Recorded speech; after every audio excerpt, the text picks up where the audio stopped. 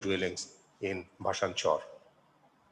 Dear audience, the major exigency for Bangladesh now is the sustainable repatriation of the Rohingya refugees.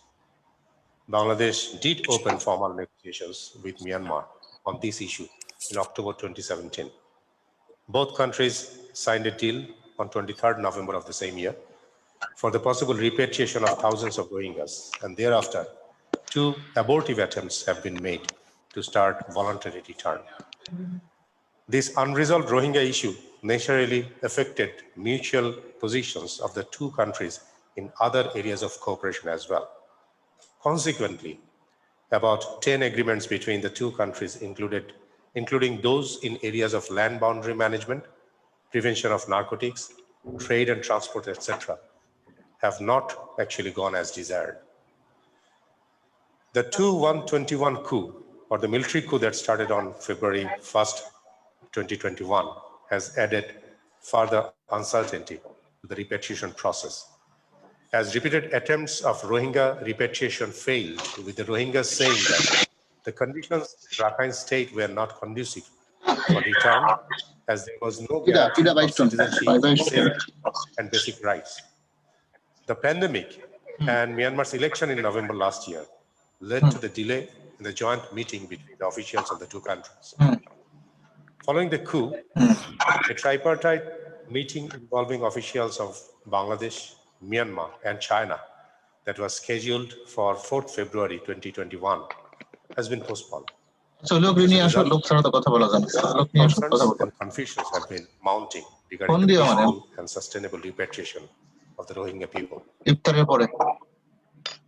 Distinguished guests, the repatriation efforts are not producing desired results for Bangladesh.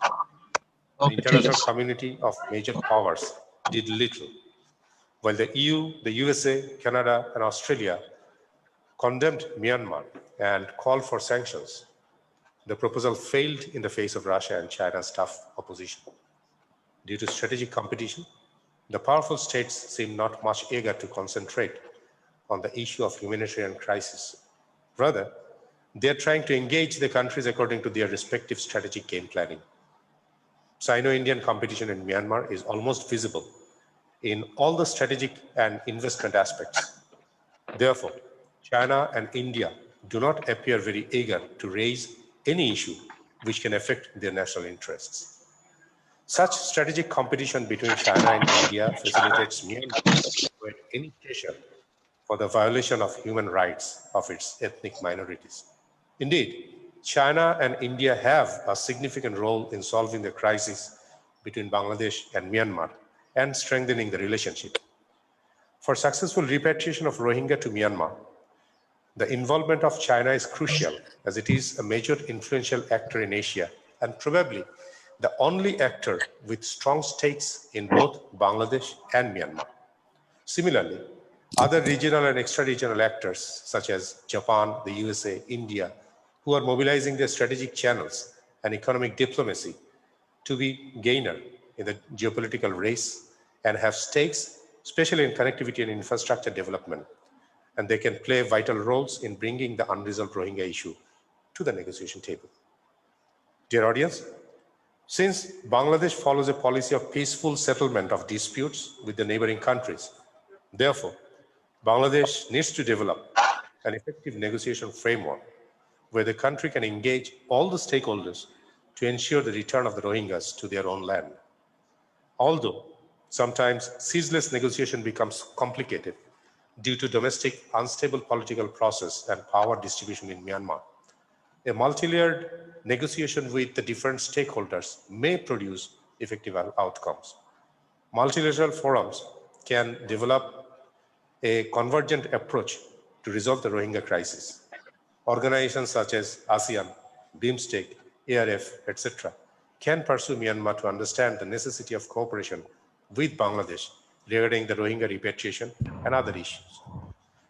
Global civil society organizations and think tanks need to come forward to pursue international public opinion in resolving the Rohingya crisis, as well as to create pressure on Myanmar. Additionally, the civil society organizations at the national level in Western and democratic countries can help through pressurizing their respective governments for taking measures on the humanitarian issues of Myanmar. I hope our today's distinguished panel will throw light on all these important issues. Ladies and gentlemen, we actually have a very distinguished scholars in the panel today, namely Ambassador M. Humayun Kabir, who is the President of Bangladesh Enterprise Institute, Brigadier General M. Shakawat Hossain, NDC PSc PhD retired, Senior Fellow, South Asian Institute of Policy and Governance, North-South University, Professor Dr. Imtiaz Ahmed, Department of International Relations, University of Dhaka, Mr. Mohammad Delwar Hossain, Director General, Myanmar Wing, Ministry of Foreign Affairs, Bangladesh, and finally, Mr. Abu Salah Muhammad Yusuf, Senior Research Fellow of BIISS. I would like to welcome you aboard once again. Distinguished audience, let us start with the session proper. And you remember, in response to the Rohingya crisis, which is considered the greatest humanitarian crisis since the Rwandan genocide, we perhaps had hoped some effective intervention from the West, but it was all in vain. But is it because that the West finds humanitarian assistance more convenient than humanitarian intervention? Or do the Western powers accept Myanmar's official claim of a legitimate crackdown, which is overwhelmingly supported by its Buddhist majority? Or does the anti-Rohingya Muslim movement in Myanmar echo the growing far-right nationalism in the West? Or is it China's concern over the political cost of saving Muslim so-called strangers that coincides with that of the West? We need to ponder. And ladies and gentlemen, let us listen to Ambassador M. Humayun Kabir, President BEI. Ambassador Humayun Kabir, sir, you have the floor.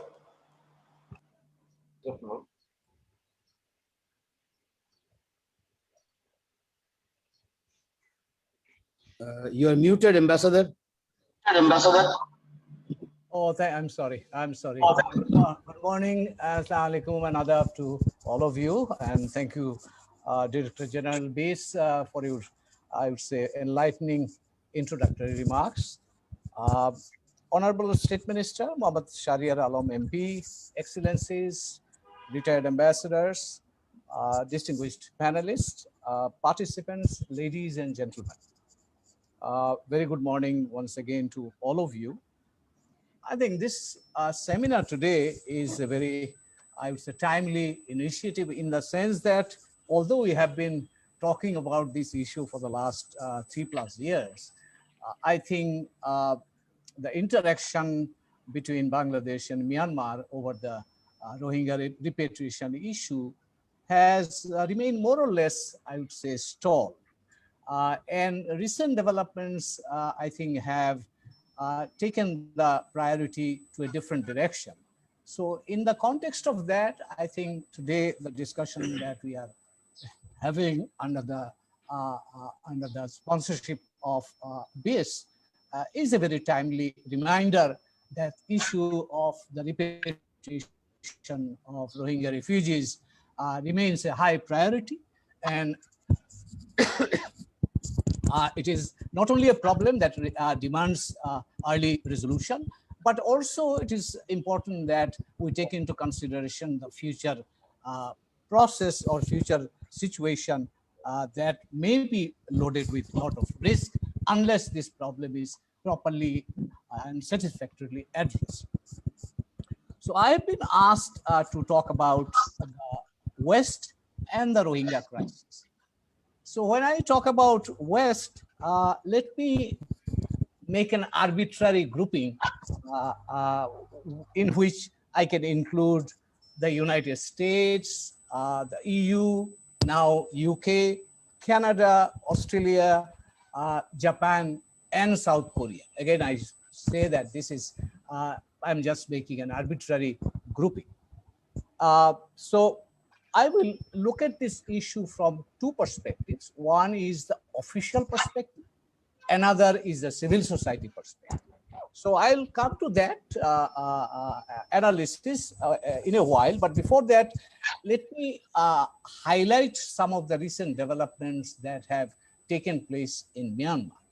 I think Director General of BEAS has already mentioned some of them, but just to summarize, I think since August of 2019, the discussion, or I would say dialogue between Bangladesh and Myanmar at the official level has been at best modest, other than one or two meetings that took place, but that was again halted for the second reason, that is second development, which is the COVID-19. I think, and also the elections in Myanmar. These two developments actually stalled the entire process of the discussion for accelerating the repatriation of the Myanmar refugees, Rohingya refugees to Myanmar. And the third element that came out, I think, in February, 1st of February, about the military coup, that has dealt a, I would say, a serious blow to the process. And as a result of that, I think the whole discourse on the Rohingya repatriation has been diluted, and the West, and also I would say other partners who can play a critical role in the resolution of this problem, their attention has been diverted to a much larger issue. And the Rohingya, although they are talking more about Myanmar situation, the Rohingya issue has been largely marginalized. So in that context, and now what can we do and what has been done, let me very briefly mention about that. With regard to the official position of the Western governments, the countries that I have mentioned, it may look monolithic in the sense that the West is taking a common position on this issue on basically three areas. One is humanitarian aspect. Another is, I would say, diplomatic political aspect. And third is the legal aspect. And the fourth dimension, I could say, the geopolitical context. But if we look little deep, we can see that within that Western group, some countries are more driven by humanitarian consideration, some countries more by the legal compulsion, some countries more by the geopolitical tension. So I will not go into that details as right now, but let me touch on the humanitarian side, because this is important for Bangladesh and also important for Myanmar side, because for the Rohingyas, supporting them for their livelihoods, for their survival, the humanitarian issue is extremely important.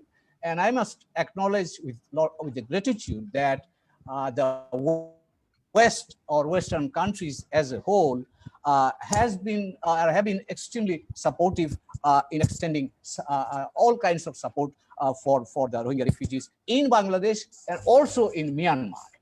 So in terms of the support that we have got, is that out of the total outlay of 877 million humanitarian support for the Rohingya refugees in 2020, almost 60% has been received, and the 60% bulk of that actually come more, around 50% came from the United States and others from EU and other friends. And another thing I should also mention here, that we talk about tension between Rohingyas and the host community.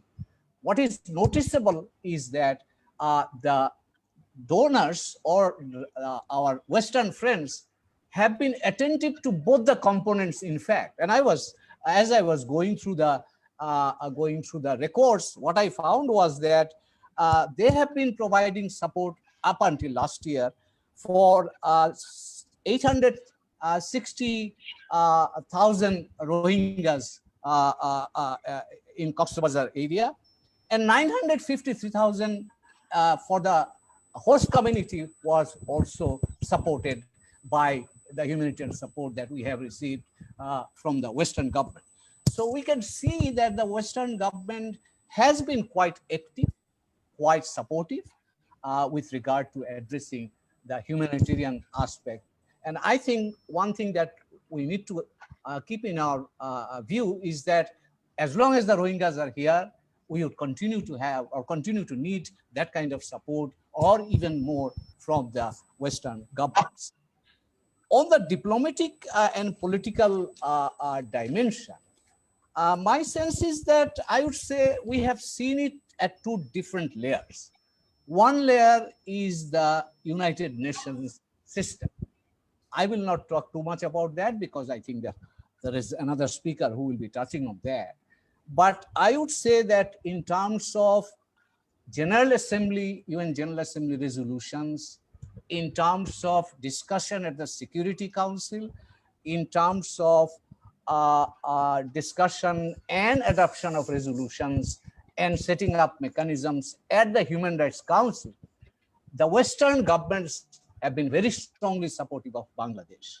So on these three things, and also Human Rights Council fact-finding mission and subsequent other efforts, I think Western governments have been very supportive.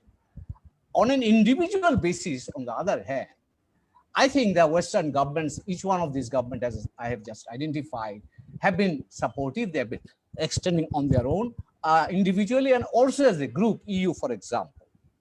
Here, I think another or equally important role that has been played, I think DG Bish has just alluded at the last, is the role of the Western civil society. Here, two components are important. One is the think tanks, the INGOs, and also the media. And I think these media particularly and the think tanks, also the INGOs, have been extraordinarily supportive. And in fact, the very fact that the Rohingya issue is still discussed, still on the front burner of international discourse, it is, I would say, largely because of the fact that the international media, the global INGOs, international NGOs, as well as the think tanks have been doing work and continuously trying to keep the issue on the front burner. And I think in a way that has been helpful to Bangladesh because the discussion center, I understand that they sometimes they focus on the humanitarian side, but Assalamualaikum, Bisha, क्या अवस्था? मसला और भाई. And they also highlight the need for sustainable, safe, and early return of the Rohingyas to Myanmar. And they also sometimes work with the Myanmar government to facilitate the process of safe return and sustainable return of the Rohingyas. So when we talk about Western governments, I think it is important to take note of the fact that the West is not only composed of the governments, their civil society, their think tanks, their media, their INGOs based there have been playing a positive role. And I think, in my view, our association of Bangladeshi initiative to work with these organizations can be very helpful and can act as a force multiplier because the Western government responds to public opinion. And these are the organizations, these are the institutions which can frame and nourish a particular kind of narrative which is required for the early repatriation, early and safe repatriation of the Rohingyas to Myanmar. So we need to work, we have been working with them, but perhaps we need to also continue to work with them. Now, the last point, I would say the geopolitics. Here, I think it is slightly complex in the sense among the Western countries, Japan, South Korea, they have slightly nuanced position, keeping in view their geopolitical interests. Although Japan has taken a, I would say, strong stand on the Myanmar issue after the coup, but I think on the Rohingya issue, Japan is still more driven by the Myanmar narrative, and they are more focused on protecting their geopolitical interest, and they have always Chinese role in mind, as DG has rightly mentioned. India also has that, but I'm not going to that point. Also, our friend, another distinguished speaker, will talk on that. But Singapore, after China, Singapore remains the largest investor in Myanmar. And although I have not categorized Singapore in the Western camp, but I'm just mentioning this so that we understand what Singapore is doing also. And Singapore's role is very important, although Singapore can be categorized in the Western camp, but since it's in ASEAN, I'm not going to discuss this issue or include Singapore in that context, nor India, for example. Now, what can we do in terms of the way forward? I would suggest a couple of things. One interesting development within Myanmar that has taken place is worth noting, and that is the proposal or the formation of, or the effort to form national unity government by the elected representatives in Myanmar. And that government, in their initial announcements, Myanmar, in which all the nationalities could be included. And here as a backdrop, if I may also mention, that the fight between the military and the Suu Kyi is essentially a Bamar issue. It is only a fight between two Bamar groups. But what we are hearing from the national unity government, proposed national unity government, is that they want to build up a federal structure which would include the Bamar population plus other non-Bamar, including Rohingya or Rakhine province. So that is one development that we are watching. It has not yet crystallized, but there are efforts here. I mean, we can look at what this trend or how this trend develops. On 24th of this month, I think this week, end of this week, the ASEAN meeting is taking place, and Myanmar General Leung will attend, and the National Unity Government has also asked for a place in that meeting. We have to see what evolves.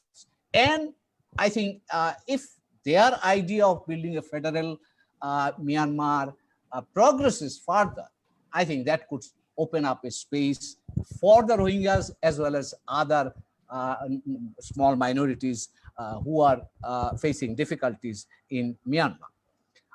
The second thing is, I think Bangladesh should continue to engage with the Western countries to ensure that their humanitarian support remains at this level, and if required, if that could be enhanced or increased.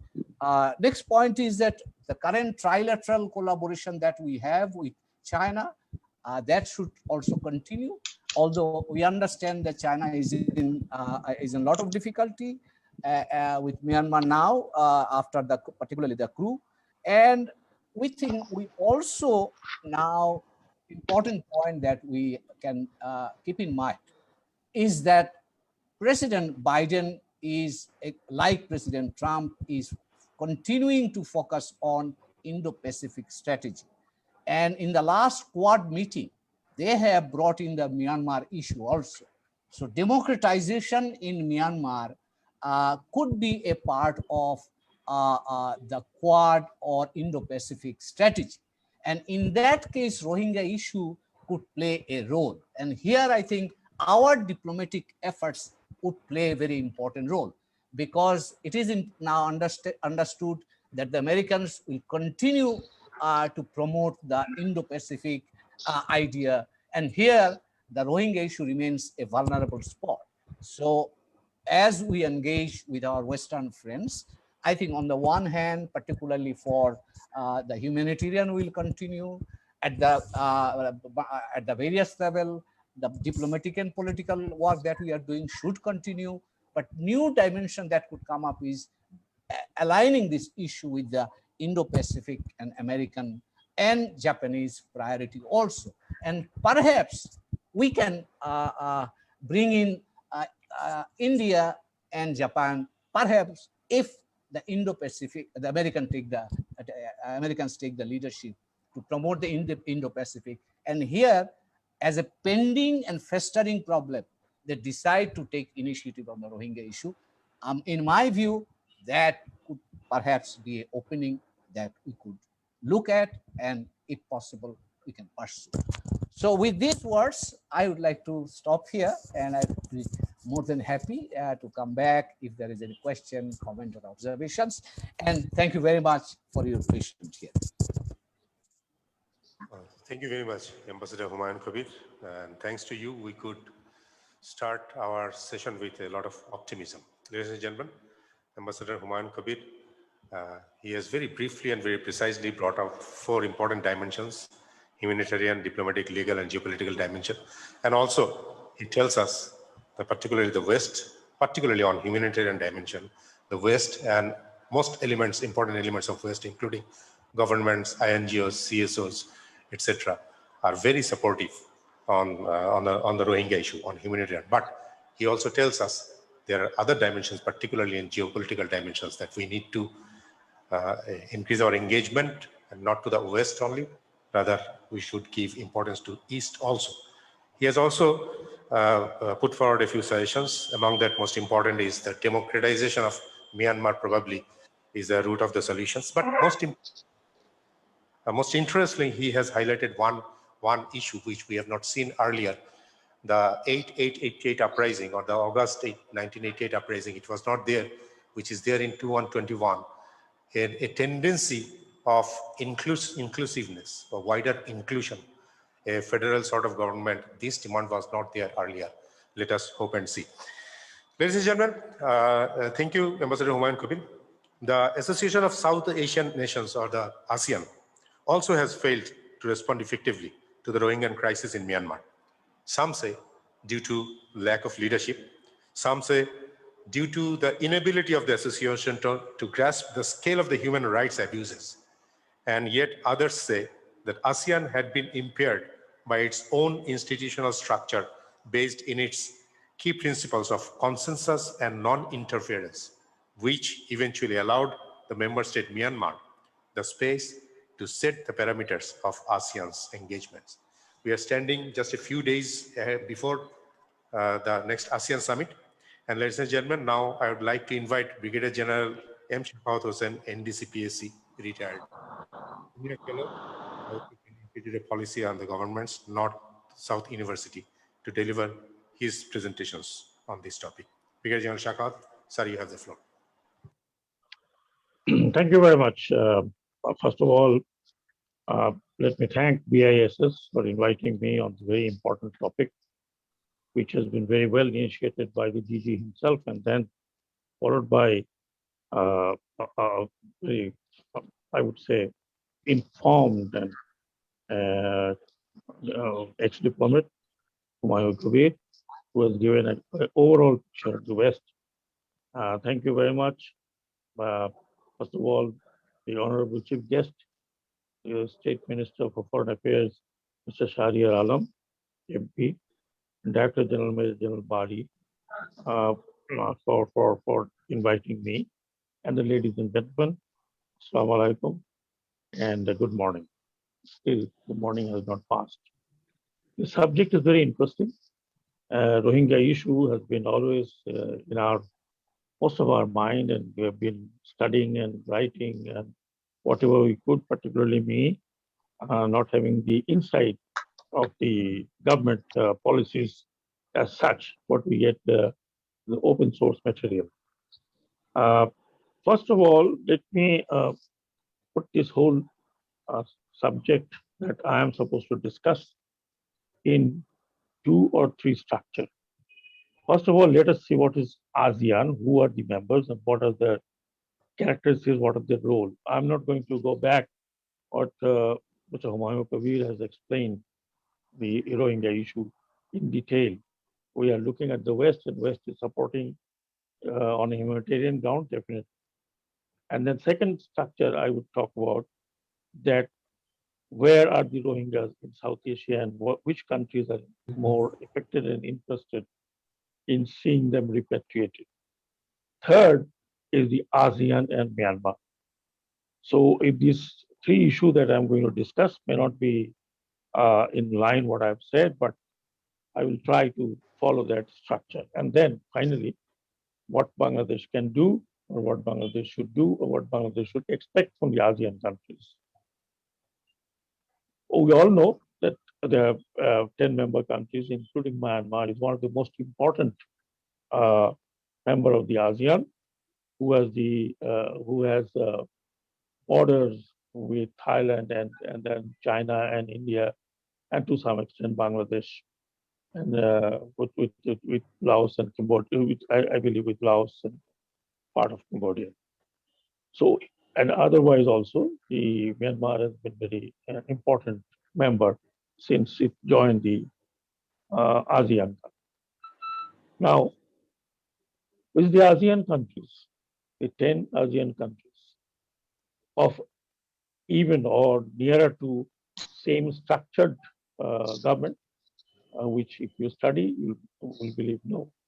In a sense, Laos is almost one-party rule.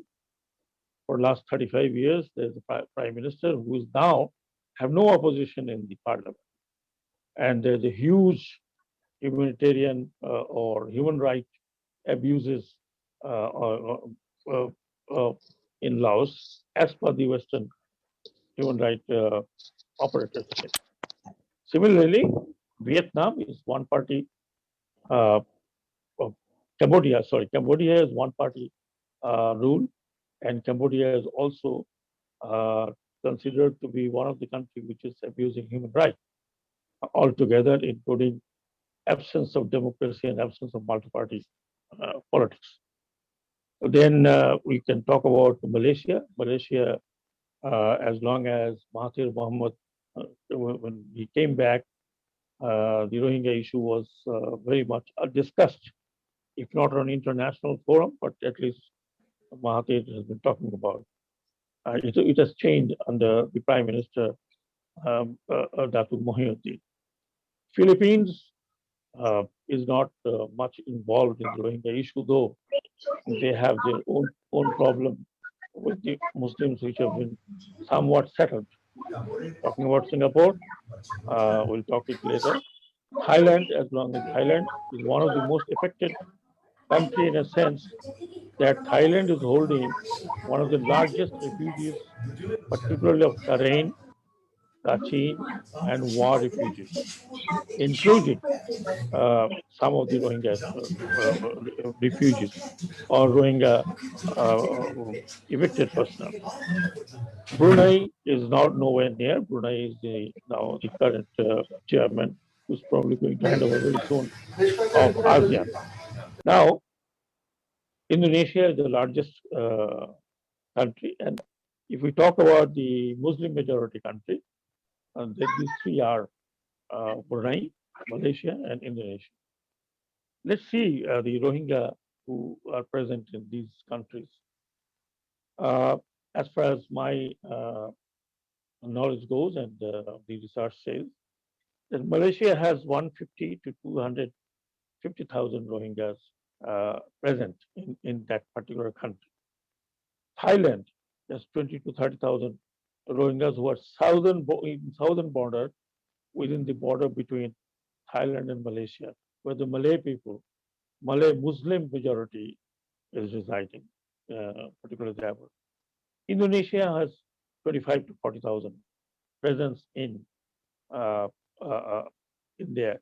The Rohingya, we may call refugees, we may call evicted people, whatever.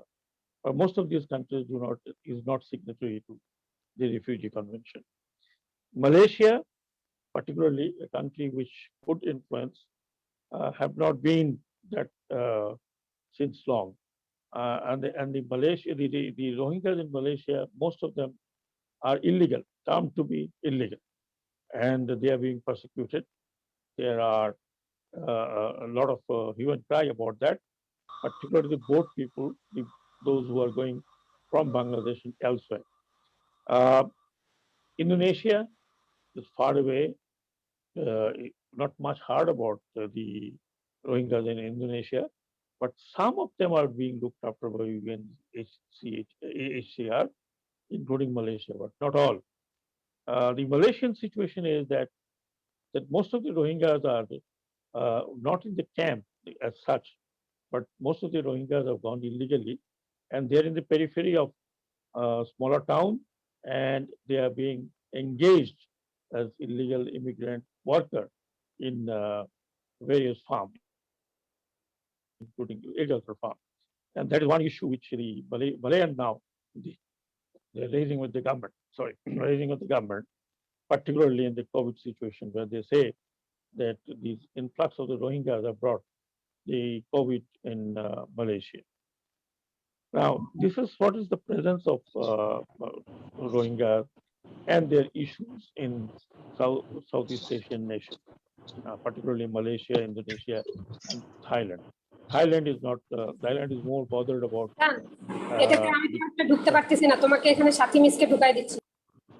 currents and the war and all other issues. They have conflict with Myanmar on these issues.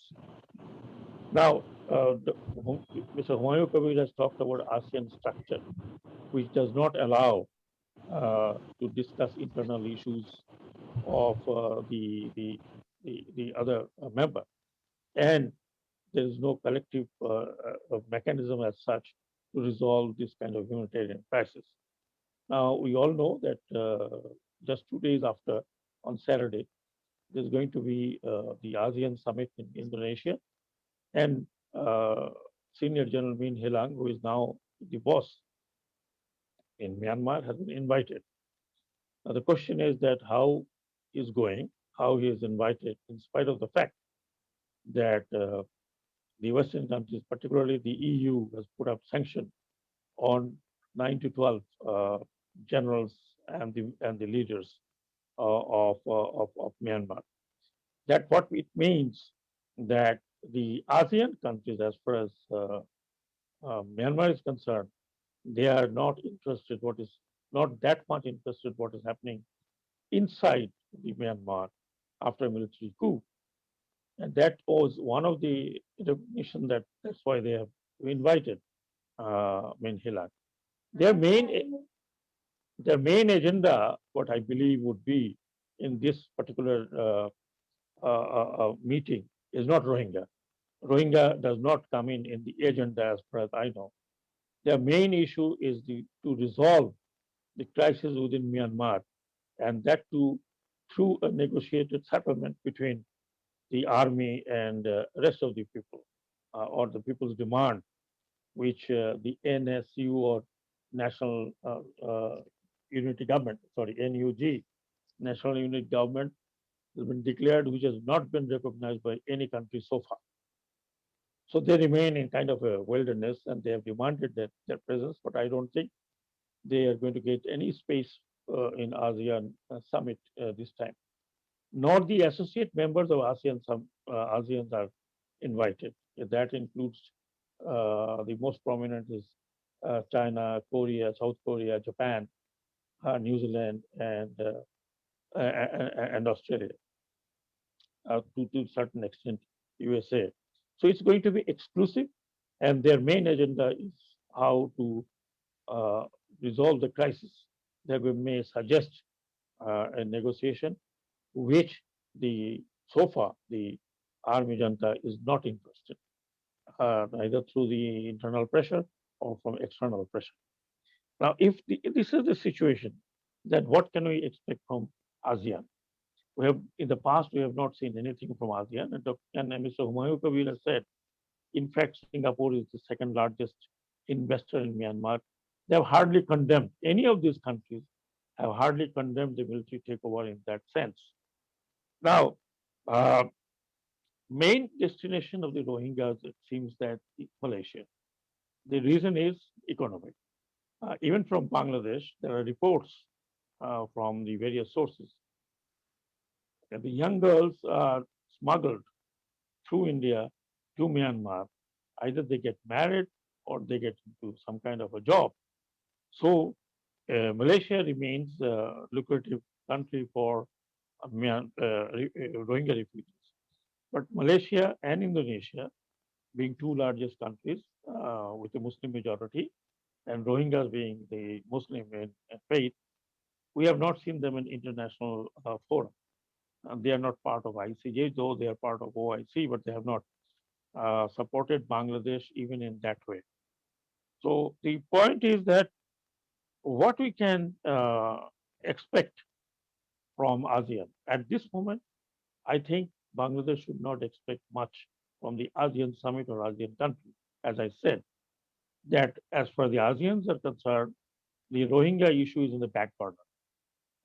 They are more interested in the internal settlement of Myanmar. Now, what is the Myanmar government, I mean to say the military government is thinking on these issues? Military government at this moment in a very difficult situation, in a very difficult situation in a sense they have never expected such opposition from the people, and there are some pressure maybe from China, so that's why they have said that they're going to be election within 2 years as per the constitution. But so far, the indications are that they are not going to negotiate with the past regime, that is Aung San Suu Kyi and NLD. Now, what is they are thinking of Rohingya issue? Two things. First of all, they have mentioned about the Rohingya issue and trying to resolve that, but then they asked for international fund. Probably they also were interested to talk with Bangladesh, and Bangladesh is one country which neither has condemned nor has taken any stand on the military issues in Myanmar. But the point is that whether this mere talk, also now it is in the back burner, but if it comes to that the military government in Myanmar tries to open up a dialogue with Bangladesh, maybe in a year time or 6 months time, depending on what pressure they have on them, it's to showcase to the West that they are trying to negotiate this humanitarian issue. Uh, but again, I'm saying that is at the time being that's in the background. Second is the plan, which seems to be in the mind of the Myanmar military junta is uh, that the Rohingyas would be taking selective, and they may not be, even if they take some, they will not be taken to their old places, because the North Arakan has been dominated by Rohingyas. They were the majority in North Arakan districts, and which this time, even if they take them back, they will be diluted in the whole of Arakan from south to north. Though there are indications that the Rohingyas who are in the IDPs have been, their life have been relaxed a little bit by the government, by the present government, as the military junta, because the Arakanis have supported them. But the other issue within the Arakan is the Arakan army, which was little supportive of the Rohingya issue in the beginning. But then now they are not much supportive because they are in line with the military junta in Naypyidaw or with Tatmadaw. Therefore, it is reported, there are reports that they are now fighting, quote unquote, the ARSA and the RSO, which is revived. These are the two organizations which are now claimed to be working for Rohingya as a militant group. So the Arakan army, in support of Tatmadaw, is also fighting against these organizations. What it seems that even if the Rohingyas are taken in 2 years' time, or maybe 1 year, 1.5 years, depending on what pressure that Western government can brought into Myanmar, it won't be that easy. One, and number two, even if they take some, they will be diluted. Now, what is Bangladesh?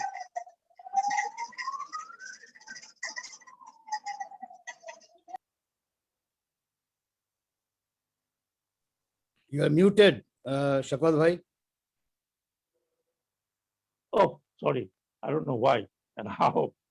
Excuse me. What I was saying that I may be wrong in because I get it from open sources.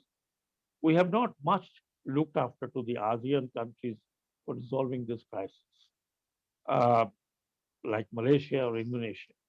We have not. I don't think we have been very active in that sector. But I'm just saying from my own studies, like somebody else, maybe some other experts can make it, like Singapore. The Singapore, though, but then they have not discontinued with their investment. They have not condemned in that sense, and they are now trying to negotiate and save their own investment, including Japan. So what I'm trying to say is that we should also look into the East as talked by Humayun Kabir, particularly should work with Singapore, Indonesia, Thailand, and Malaysia, of course, to resolve this crisis.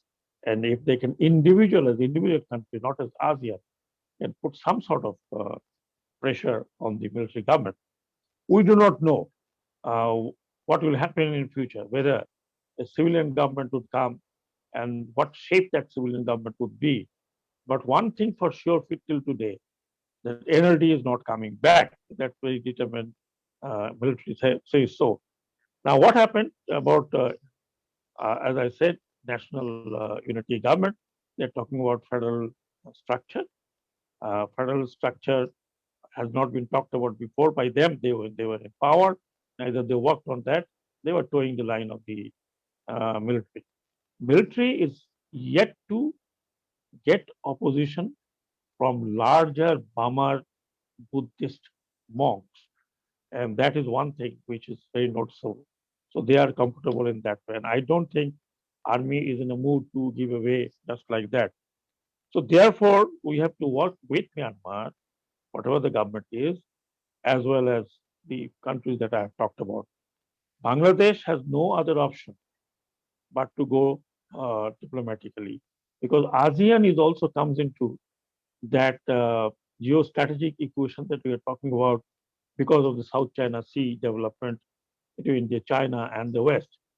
And ASEAN countries, many of the countries are very close to China, like particularly Laos, Cambodia, and other countries. So they are sitting on the, I would say, fence between the tussle between China and the West. I don't think even Philippines is interested to get into this problem. So therefore, geostrategically also, ASEAN wants to remain aloof from the activities of Indo-Pacific strategy or Quad. And so the situation remains that is as it is. We as a general people or the think tank, we have to wait and see the development in Myanmar, which I am very, I think the military is not going to give away. They will bring their own type of government, though there are some of the elements are fighting, like Karen and the Kachin have started fighting with the Myanmar army. But that did not bother much of the Myanmar. They used Air Force. So lastly, I would say that it's not West only. And the West has given only, I would say, very much humanitarian guard, all right, but the pressure which they could put on Myanmar, they have not. And they will not because of the geostrategic location of the Myanmar and its importance. But Bangladesh should actively consider of engaging ASEAN countries, particularly alongside trying to open up dialogue with Myanmar. The Rohingya issue is not going to go away in a year or 2 or 3 or 4 years. Therefore, all concerted effort should be on the diplomatic front, how best we can mitigate this issue. And Bangladesh has done enough alone. Whatever West may say, it is we who are suffering. And therefore, it is our interest that we should try to resolve as peacefully as possible. There are many other ways of resolving this if the Western countries want, but I don't think they would get into that kind of a possibility. Thank you very much. Thank you, Brigadier Shakat. Ladies and gentlemen, I think he's right when he says the main concern of ASEAN may be to resolve various issues in Myanmar, but it is never Rohingya. He also reiterates the importance of looking east and getting engaged with countries like Singapore, Indonesia, Malaysia, Thailand, etc. And he also suggests that there is no other way that Bangladesh must work with Myanmar diplomatically. Dear participants, as I have told you earlier, the involvement of India and China is instrumental for successful repatriation of Rohingyas to Myanmar. And on this note, let me invite Professor Dr. Imtiaz Ahmed to share his thoughts on that. But meantime, I would request our dear audience to keep your microphone muted until you talk, because we don't intend to mute your microphones from our central host system. Thank you. Professor Imtiaz, sir, you have the floor.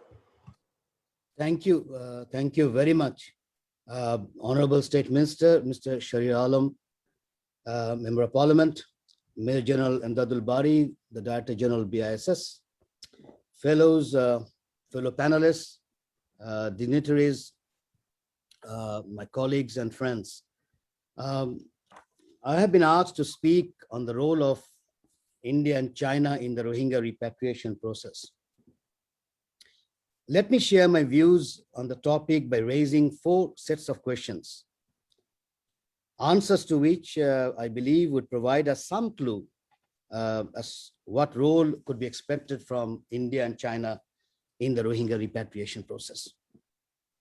The first set of questions is, can we say that China and India have similar interests in Myanmar?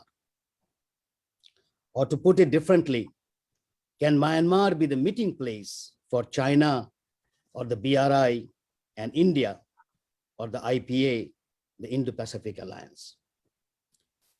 The answer to both is yes. And this is something we need to bring into calculation when seeking their role in the Rohingya repatriation process. Indeed, both India and China would prefer to keep Myanmar to their sides, irrespective of the type of regime in Myanmar. Similarity comes from issues related to, and let me highlight 4. 1, keeping peace at the respective borders. India's insurgency-related unrest in the northeast and China's drug-related unrest in the southern borders both got relatively contained by befriending Myanmar. 2, creating connectivity for their own economies. This would include China's access to the Bay of Bengal and the Indian Ocean, and India's unlocking of the Northeast through Myanmar. 3, getting access to Myanmar's market. China's bilateral trade with Myanmar reached nearly $168 billion in the first 11 months of 2019, while India's bilateral trade with Myanmar, no match to China though, is worth $1.5 billion in 2019 and 2020. And 4, developing multiple relationships with the Myanmar military. In 2019, India emerged as Myanmar's top arms supplier, selling $100 million of military hardware compared with China's $47 million. So you can get some of the things, and we can come back during the Q&A as what the first set of questions, what we can do. Now, the second set of questions, or the second question would be, what could be the, and this is a critical one, what could be the factors for driving out the Rohingyas from Myanmar in August 2017, some 17 months after Aung San Suu Kyi became part of the state power? Unless we understand that, we will not be getting other countries to come in favor of the Rohingya issues. I do not take the issue so much to come to side of Bangladesh as much I take the issue to come inside of the Rohingyas. I think that's important. It's a Myanmar problem. The Myanmar government and its people must come not to Bangladesh, but to Rohingyas. I think this should be the frame of understanding. Now, on this what could be the factors driving out the Rohingyas from Myanmar back in 2017, and when you have Aung San Suu Kyi in power? Basically two, and both are related, however. The first one can be referred to as the final solution. We are familiar with this term. The Nazis tried it with the Jews. So did Pakistan in 1971 with the Bengalis, or East Bengal, now Bangladesh. But why in August 2017, or more precisely on 26th August 2017? This is related to the submission of the Kofi Annan Commission report 3 days back.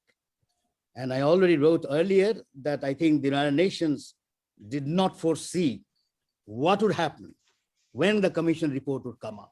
I think they were too naive on this, no doubt about it. Now, the Kofi Annan Commission, I'm sure all of you will know, they were favorable towards reviewing Myanmar's citizenship law and granting the Rohingyas human rights. The military thought it prudent to go for the final solution in August 2017, knowing well that Aung San Suu Kyi cannot afford to go against it. And she can, in fact, contain the pressure of the international community. The military proved correct. Indeed, to the point that Aung San Suu Kyi went to The Hague to defend the military. She is a spent force now. Now that the sanctions have been withdrawn and are unlikely to return, the Myanmar military can do without her. Aung San Suu Kyi, although broadened her political base by going to The Hague and opposing the Rohingyas, proved ineffective to the military insofar the provisional verdict of the ICJ was concerned. The military thinks it can probably play the card better with the international community on the genocide issue of the Rohingyas. Aung San Suu Kyi, of course, can be made to return if the domestic turmoil goes out of hand, but that is a long shot. More so because Aung San Suu Kyi herself lost her credibility with the international community, and the current geopolitics hardly favors her in getting such support. The second factor relates to the constitution, the Myanmar constitution, and this is very important for those who are not familiar.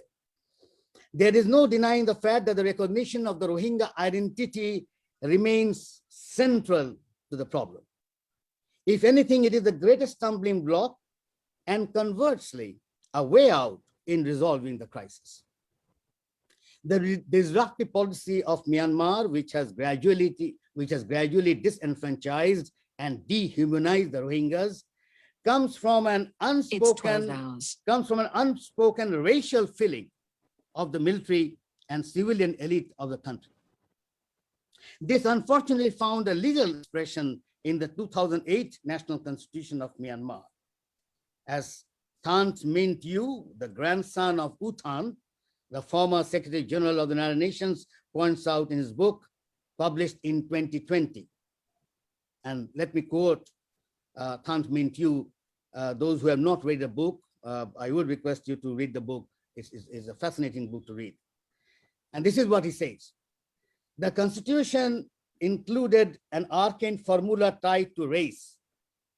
Any Tainghinta or multinational races whose population constitutes at least 0.1% of the national populace, which would be around 50,000 people in 2010, was entitled to representation in local legislative assemblies and ministerial portfolios in local administration. If a Tainghinta constituted more than half of two contiguous townships, it was entitled to an autonomous zone. That is the issue. So if ever the Rohingyas are recognized, they are, by the very definition of the Constitution, would get autonomy. And that is something not really, something that the rest of Myanmar would take it easily. And there are good reasons for it. And let me quote him further. I've heard, and this is what he said, I've heard many Burmese warn that giving Muslims in northern Arakan Tang in Tha status as Rohingya would lead automatically to their being entitled to a zone of their own. A part of Burma would fall under Sharia law, quote unquote, a university lecturer whispered. To consider the Muslims of northern Arakan as one of the national races fuse anxieties around both race and religion. And this is something that they could exploit regionally and internationally. And I think this is something also Ambassador Humayun Kabir alluded to it. Now, interestingly, that during ICJ, and this is interesting, good sense prevailed on them because neither Aung San Suu Kyi nor her team ever mentioned the word that they are illegal Bengalis, not for once. Well, she never used the word Rohingya. She used only once when she was mentioning Arsa. That is also true. But throughout the deliberation, Aung San Suu Kyi and her team at the ICJ, which is a global, recognized international body, the word that was used was Arakanese Muslim, quote unquote. So I think from the ICJ, one can easily say that from Myanmar's standpoint, Arakanese Muslim is the term they're using. And if they are Arakanese Muslim, they have to go back to Arakan, you know. So that much is there. But more importantly, the ICJ came out with the verdict, provisional verdict, saying that they are Rohingyas. And this is very important. And this, unfortunately, I see countries, including Japan, even India, still using the word, you know, some other terms, you know, displaced people, not Rohingyas. Now, I don't know why they're not using the Rohingyas and why Bangladesh is not insisting on that. This puzzles me a lot because this is ICJ. If ICJ can use, and that was the unanimous verdict, why can't some of these democratic countries use the term Rohingyas as the ICJ has done? Now, I think in India, if you take current position of BJP, I'm not sure what would happen if Congress was in power, but since BJP is into two-nation theories and all, this very contention of Arakan falling under Sharia law will have some impact on BJP's thinking, you know, because that is very much there in Assam, in rest of India. So I think, you know, they would, you know, look at it. The narrative would be quite similar to what they're hearing in Myanmar. Now, myself, I've heard, you know, I travel a lot before the pandemic to Myanmar and I have to India. And I've heard them, even highest officials, using the word that they are illegal Bengalis. So I don't think we have done much work on this, that why that is so. You know, even in official documents, the refrain, India refrains from using the word Rohingya. This needs to be corrected whenever an opportunity is found. Now, the third set of questions: could the Rohingyas ever be repatriated without the consent of the Myanmar military? My answer to that is no. We cannot think of Myanmar without the military, for God's sake. How can you think of a country without the military? Unless you have a revolution and change the entire military. Now that's, you know, that's not, you know, even I don't think even one can think the thinkable or unthinkable, whatever. So it is important to understand that Myanmar is a part, that the military is a part of the state. They have their own problems, and that's not that we can do much, but we cannot see any hope of the Rohingyas ever being repatriated without the support of the military. Now, Bangladesh has some experience on that, because back in the 70s, in the mid 70s and 90s, when the bulk of the Rohingyas were repatriated, please keep in mind, Myanmar was under military rule. So last two big repatriation that took place. Well, the bulk of them came back, but that happened when the military was in power. In fact, this facade of democracy or Aung San Suu Kyi actually created more problems with the Rohingyas. So here, no one should rule out now that the military is back in power. No one should rule out the Myanmar military yet again playing such a role. Here, China could be effective because of its historical relationship with Myanmar military. And more so, if Bangladesh and some of the regional powers could convince China that stability in the Arakan remains vital for carrying out all the mega projects under BRI. And that stability could come only by resolving the Rohingya issue. My fourth set of question would be, well, this is one question.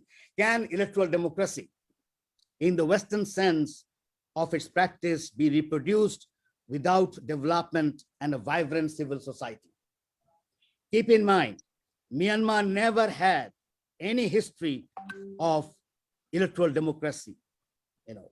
I don't want to 1948 to 62 at the most, but it never had a vibrant civil society as understood in the West. One can talk about indigenous civil society, one can talk about a Buddhist civil society, but that would be a different discussion altogether. The way West understands civil society, I'm afraid that civil society was never there. Now, the West itself also did not develop through civil society. They developed through colonialism and slavery, don't forget that. So the very fact what we see today, and they developed of whatever we see about democracy is post 1945 or post Second World War, because even in the 60s, they had colonies. Bulk of them had colonies in Africa and in different parts of the world. Now, when you have colonies, you can't be democratic. Let's be honest on that. So the journey to democracy, I see that there is some confluence when China and India looks at Myanmar, because the answer is no when it comes to electoral democracy, whether it can be reproduced without development and a vibrant civil society. The simple answer is no. And I can see that China and India, quite ironically, are together on this. Now, once global sanctions were withdrawn, and this I thought, the cleverness of the Myanmar military when they brought Aung San Suu Kyi to share power, and they shared power, don't forget. Aung San Suu Kyi did not have the full power. Don't forget, 1/3 of the parliamentarians were incumbent military officers, which you don't see anywhere in the world. So I think that was a clever part on the Myanmar military to use Aung San Suu Kyi rather Aung San Suu Kyi using the military. Now, once global sanctions were withdrawn and country after country, including India, got access to Myanmar's market, the latter became more important, or the market became more important than making Myanmar democratic. This is now even more clear with the Myanmar military displacing Aung San Suu Kyi and killing over 500 people since February 2021, and the international community, including India, save condemnations, doing almost nothing. I see Ambassador Huang Kubi was taking more a softer view of the West, but to be honest, I think the West is caught in a double standard role. If you look into their investment, if you look at their trade figures, except few sanctions against some military officers, nothing. They talk a lot, and I can give you statements where the British official in Myanmar is saying one thing, whereas in London saying the other thing. I absolutely oppose statements coming from the British government itself. And I can bring other examples as well. Now, when you see that the international community doing nothing, and this reminded me of the famous,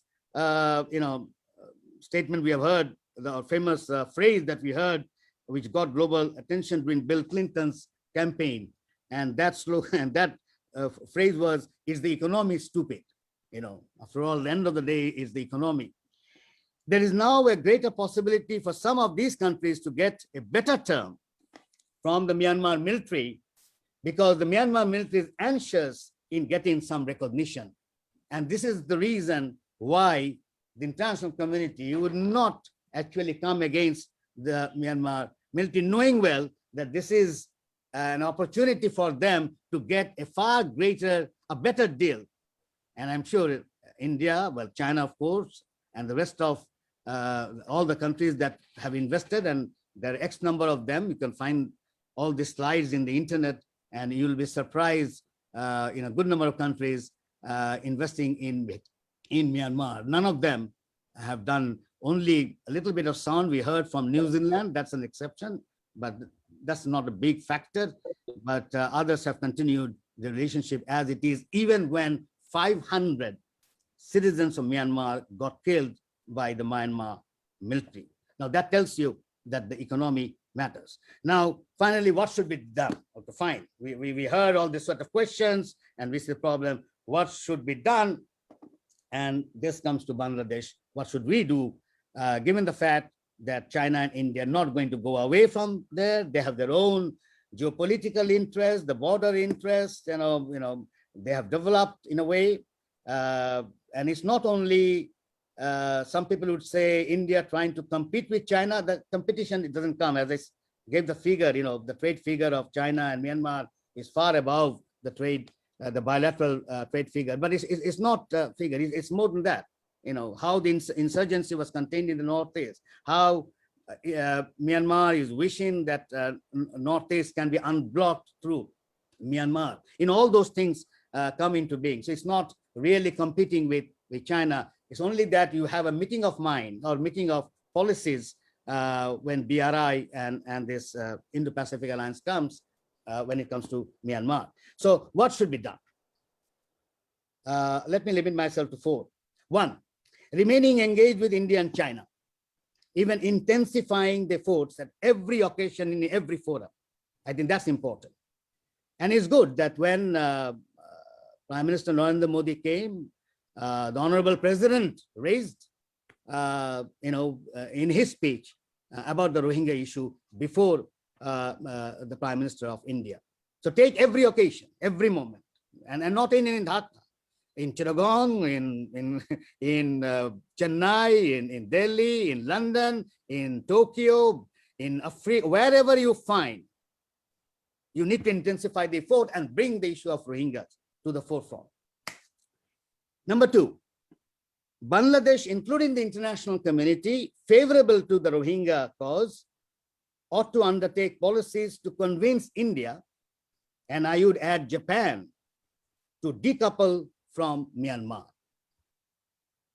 Once India and Japan are decoupled from Myanmar, international pressure on China can be intensified, indeed to a point when China would see greater merit in putting pressure on Myanmar to resolve the Rohingya crisis.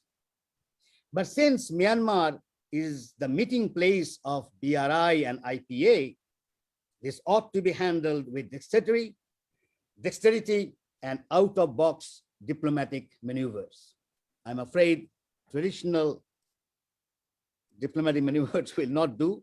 We need out-of-box diplomatic maneuvers.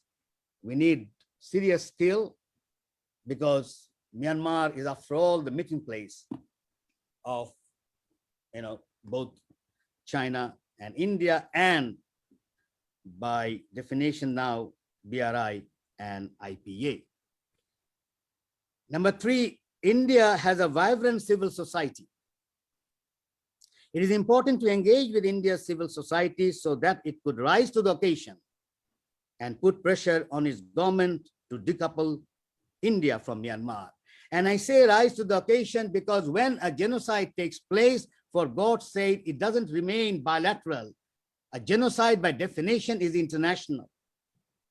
And we must understand, when it comes to genocide, we have a fascinating history with India. We have to believe that back in 71, they supported Bangladesh, or they supported us mainly because of the genocide. Any other thinking would really, I would say, diminish the moral authority that India developed, post 1947. In 71, they had the high moral ground, mainly because a genocide was committed against the people of Bangladesh. And don't forget, 10 million refugees ended up in India. Now that India to change, that India to think about $1.5 billion trade is much more important. I'm afraid, that would really, in the long term, I can bet on this, India would suffer. And myself knowing India, there are X number of fascinating people who hardly agree with government position, particularly when it comes to government position in Myanmar. And I think it is important that that group, or people as a whole, the media, the human rights activists, they are fascinating human rights activists, very big ones, extraordinary writers on issues of human rights and on genocide. They should be engaged and they should be brought to the mainstream so that the government feels pressure and tries to decouple itself. And then when India, and this is the same with Japan, I sometimes think, how can Japan, which has suffered so much in Second World War, which has always remained, for peace throughout the world, which the Japanese would come and put a peace, what we call symbol in different places of the world. We also have a Japanese peace symbol in the University of Dhaka. Now that Japan to change and, side with a country or a military which has committed genocide, that I think, makes us really rethink what humans are trying to do in 21st century. So it is important that we engage with the people of Japan, with the media, with the scholars. And there are, again, I would say, fascinating scholars and academicians in Japan who don't agree with their government's position. And that has to be brought up. Now, finally, an international effort ought to be undertaken to shame the international investors in Myanmar. This is where the Rohingya diaspora, spread over 17 countries, can play a major role. We have never really made that. We have tried a little bit of there, but it's very important. The international community has to help the Rohingya diaspora at least to form even what you call a semblance of unity and an organization. If there can be a national unity government formed last Friday, I believe, on the 16th, there's no reason why Rohingyas spread throughout the world, and there's more than in 17 countries, why they can't be brought together and made a political organization so that they can, get the things that they want. You see, the issue is not, I remember one of the countries, coming to me and said, we want to help Bangladesh and Myanmar dialogue. Can you help us? I said, look, that's not important. Bangladesh and Myanmar, we have good relationship. We did not break relationship. Myanmar and Bangladesh has remained and would remain, has remained for centuries, would remain for centuries. It's Myanmar government or Myanmar people and Rohingyas that you have to work. Why are you saying we have to have confidence building between the two countries? It's not us, a problem, it's the Rohingyas. They need confidence building with the Rohingyas. They need a confidence building to say that, look, if they get autonomy, it's not the Sharia law which is going to jeopardize the relationship.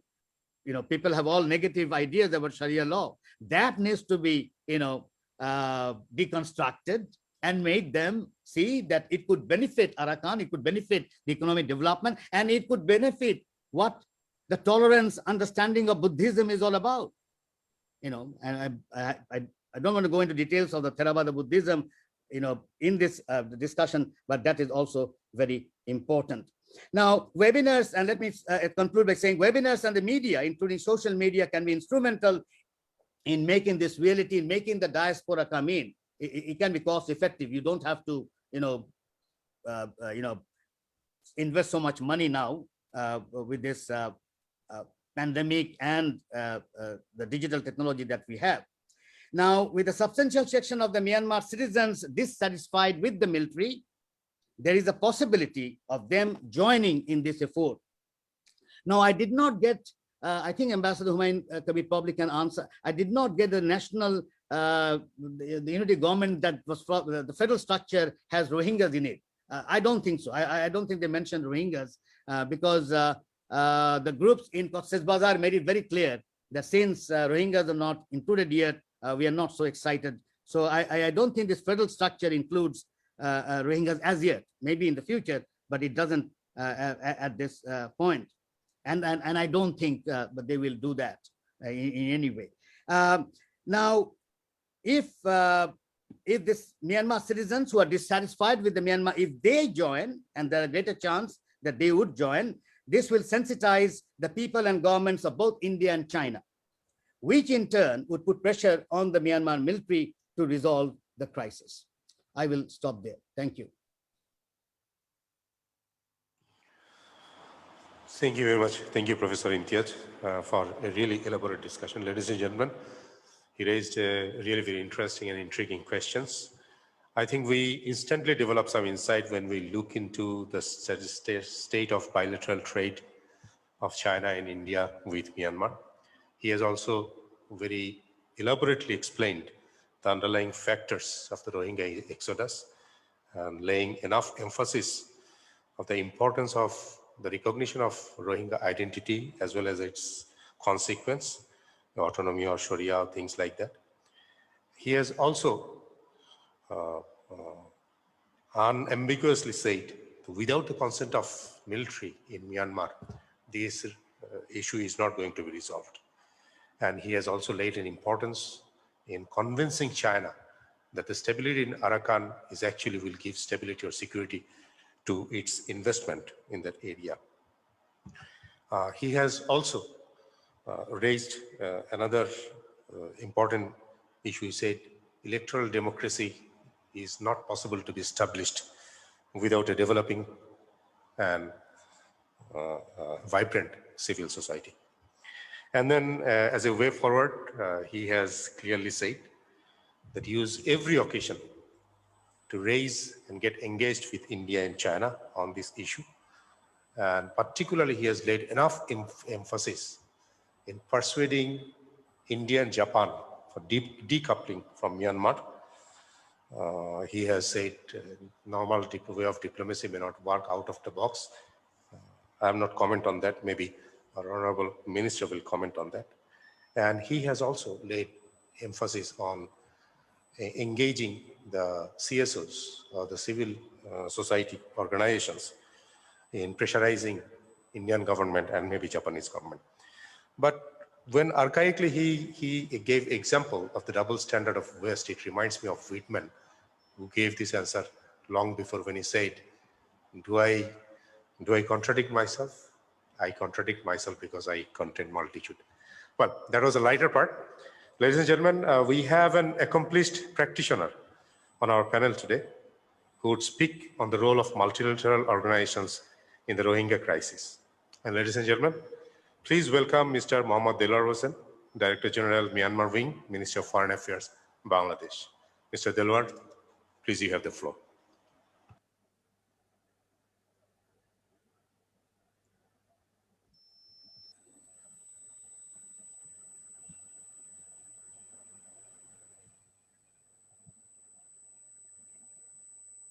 You are muted, Delwar, you are muted.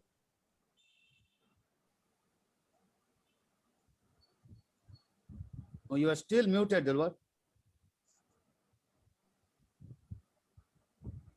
Mr. Delwar, maybe your volume is minimized. Is it okay now? Yeah, now it's okay. Okay, okay, sorry. So I repeat, Honorable State Minister for Foreign Affairs, respected panelists, distinguished participants, good afternoon. It is my honor and privilege to attend this important event as a panelist. I'd like to thank BIS for organizing this event and inviting me. So I would like to now focus on the role of international organization in Rohingya crisis. As we all know, Rohingya crisis has become a perennial problem for Bangladesh. And this time in 2017, the magnitude and extent and intensity of exodus that surpassed all previous records. So this time in the past, we resolved this crisis, particularly repatriation, purely on bilateral basis.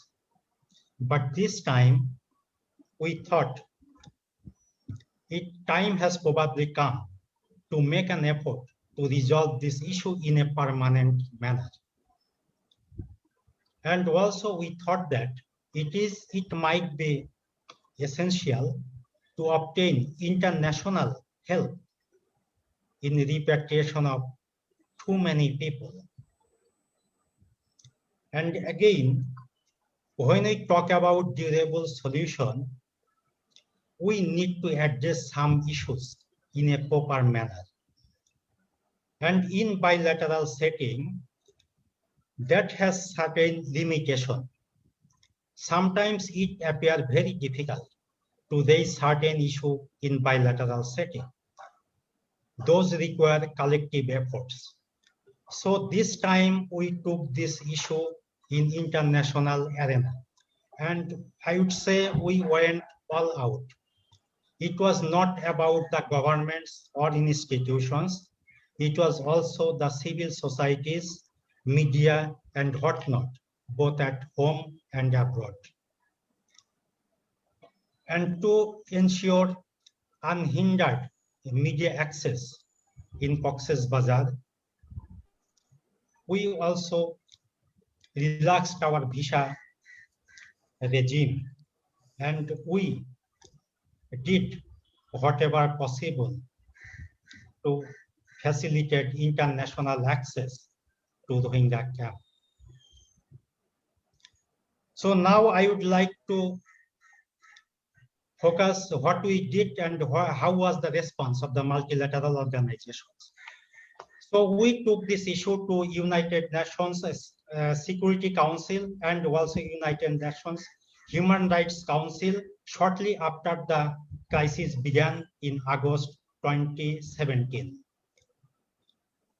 And the United Nations Security Council, they sat on 13th September, and they come up with some media statement on consensus basis. And they met as many as 4 times in September 2017. And since then, UN Security Council remains seized with Rohingya issue. Maybe sometimes some other issues takes more priority than Rohingya issue, but the issue is already there. And also, UN Human Rights Council, they have done some commendable job, particularly the independent fact-finding mission. They have come up with 2 very comprehensive reports on atrocities in Myanmar.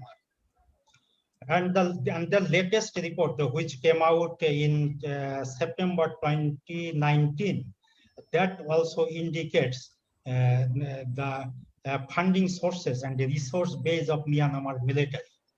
And that is very comprehensive. And that also contains some specific recommendations to the international community, particularly to UN Security Council.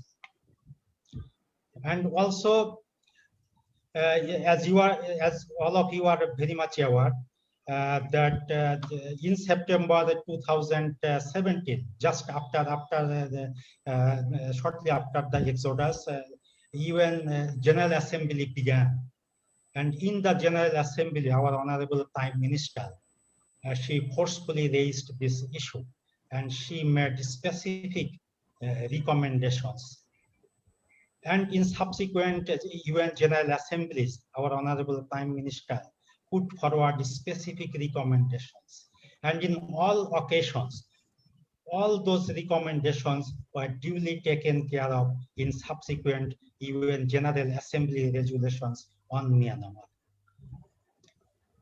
And we also see OIC to play a very active role in Rohingya issue, and particularly on accountability front. As you are all aware that Bangladesh hosted 45th OIC Foreign Ministers Conference in Dhaka in May. At that conference, a resolution was adopted to put forward an ad hoc ministerial meeting to advance accountability issue. And in subsequent ICFMs, the accountability issue featured prominently. And finally, in 2019, at 14th OIC Summit in Mecca, the OIC leaders, they gave green signal to ad hoc ministerial committee to file a case at ICJ on behalf of OIC. And accordingly, Gambia filed a case, and we all know we already have provisional measures. And shortly after those provisional measures, there was a Security Council meeting to discuss how Security Council will be acting in relation to those provisional measures. So once again, there was division among Security Council members. Overwhelming majority was in favor of close monitoring and, if possible, some sort of intervention to ensure implementation of those. But certain members were not in favor of the UN Security Council intervention at this stage. So the no encouraging outcome was achieved during those Security Council meeting. And if we look at EU as institution, EU was also very much involved in Rohingya crisis, both in terms of humanitarian assistance, and also they are very vocal about accountability. And you might be aware that recently EU imposed the sanction against 10 generals and 2 military-held big conglomerates, following the footprint of the Americans. So there are intense the activities in different multilateral organizations. Even ASEAN, during the ASEAN Summit in November 2018 in Singapore, they adopted 2 paragraphs in the final communique on the issue. And in those paragraphs, they made specific commitments that ASEAN will be sending need assessment team to Myanmar to assist repatriation. And prior to that ASEAN Summit, the Singapore foreign minister was in Bangladesh, and he traveled to Cox's Bazar, accompanied by our foreign minister. And since that the summit in November 2018, ASEAN and also the ASEM, they have been taking Rohingya issue a bit seriously, and every time the certain paragraphs are being kept in final outcome documents. But unfortunately, despite all those initiatives, all those resolutions and repeated international calls, we hardly see any shift in the attitude and approach of Myanmar in the Rohingya issue. And at the same time, we also see that international community in general, they are more enthusiastic about humanitarian assistance than in repatriation. And again, in all those resolutions in different multilateral fora, those resolutions actually call Myanmar for taking action. Actually, there is very little commitment on the part of international community to take any decisive action or any concerted effort to resolve this complex crisis. And we also see media reports about Myanmar's widening economic relation with the different countries. Also, we see the Myanmar's military cooperation with various countries. And we also recently saw a media report regarding the supply of dual-purpose materials to different organizations in Myanmar from the West. So what we feel that divergence in opinion in the international community, particularly among leading nations,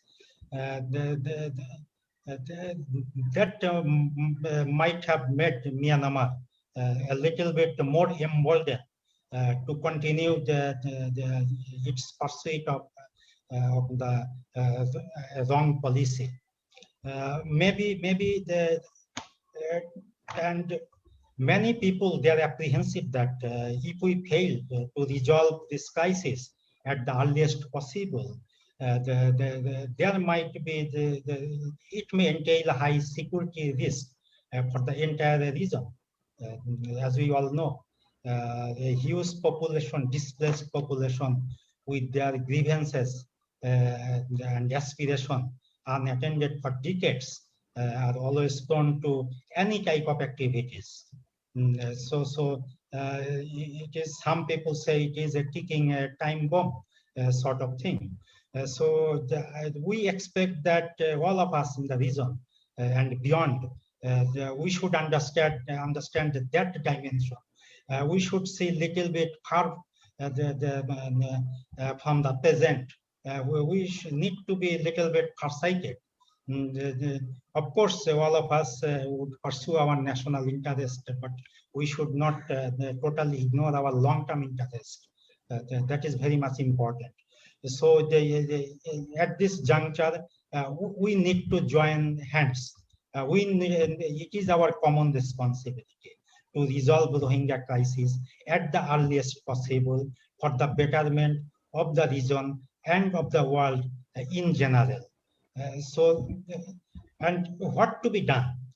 Actually, there was divergence in opinion, particularly in relation to conducive environment.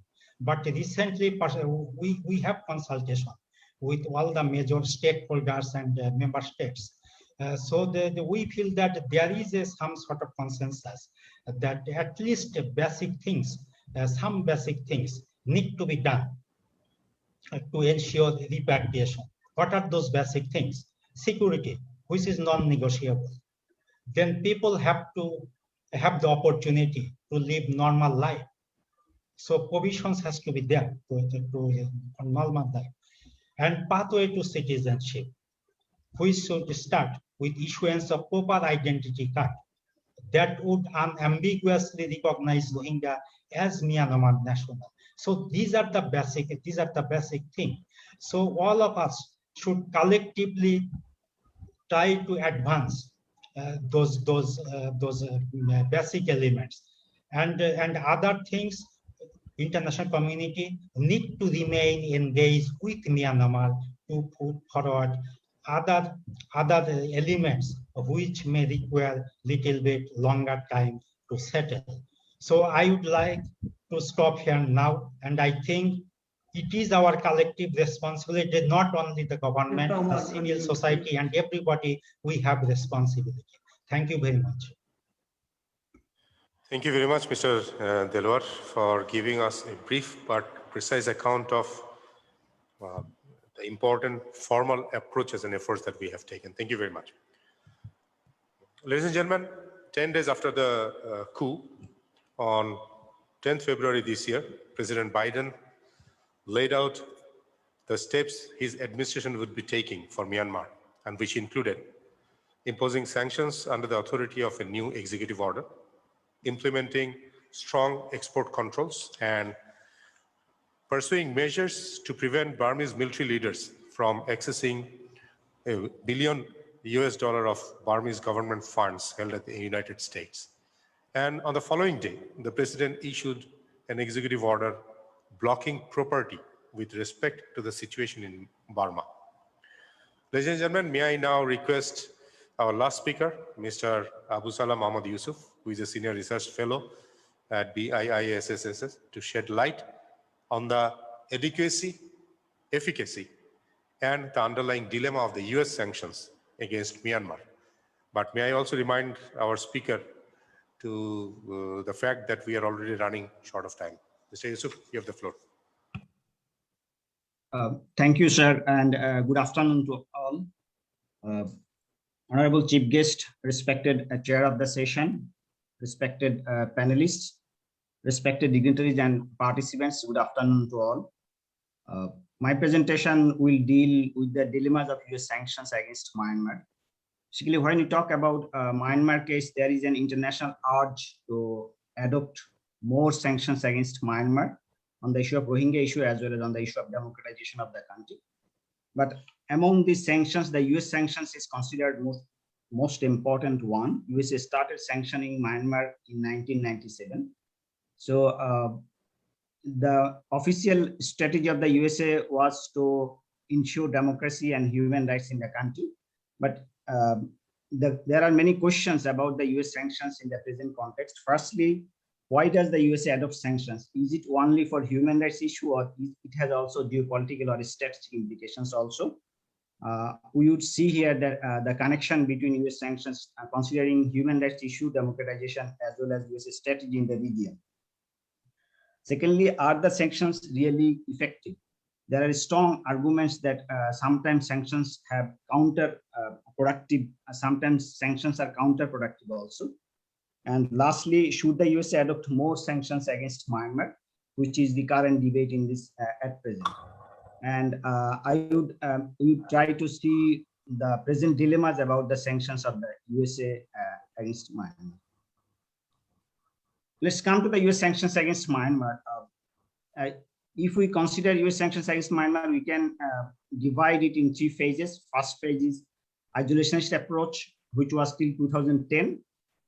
We have seen that till the Cold War, USA were by and large isolated with Myanmar, and USA's main focus was stability and security in the Asia Pacific. Relations with Asian allies was more important for USA. And till 1990, USA were by and large did not took any initiative against Myanmar. But when General Than Shwe came in power in 1992, USA adopted and Than Shwe adopted a policy of opening economy that helped Western companies or increased interest of the Western companies to come to Myanmar. In that time, the USA also felt one kind of urge about the democratization of the country. Therefore, in 1997, the Clinton administration first time adopted sanctions against Myanmar. So in that period, we see sanctions were morely comprehensive sanctions. They were preventing the limiting exports, restricting imports, and impeding the flow of finance in the country.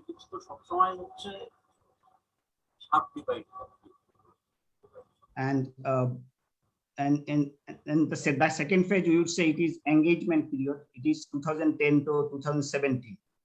We have seen when under the Constitution of 2008, Myanmar started a democratic period, and under President Thein Sein, the then State Secretary visited Myanmar, Hillary Clinton, and then President Obama also visited in Myanmar 2012.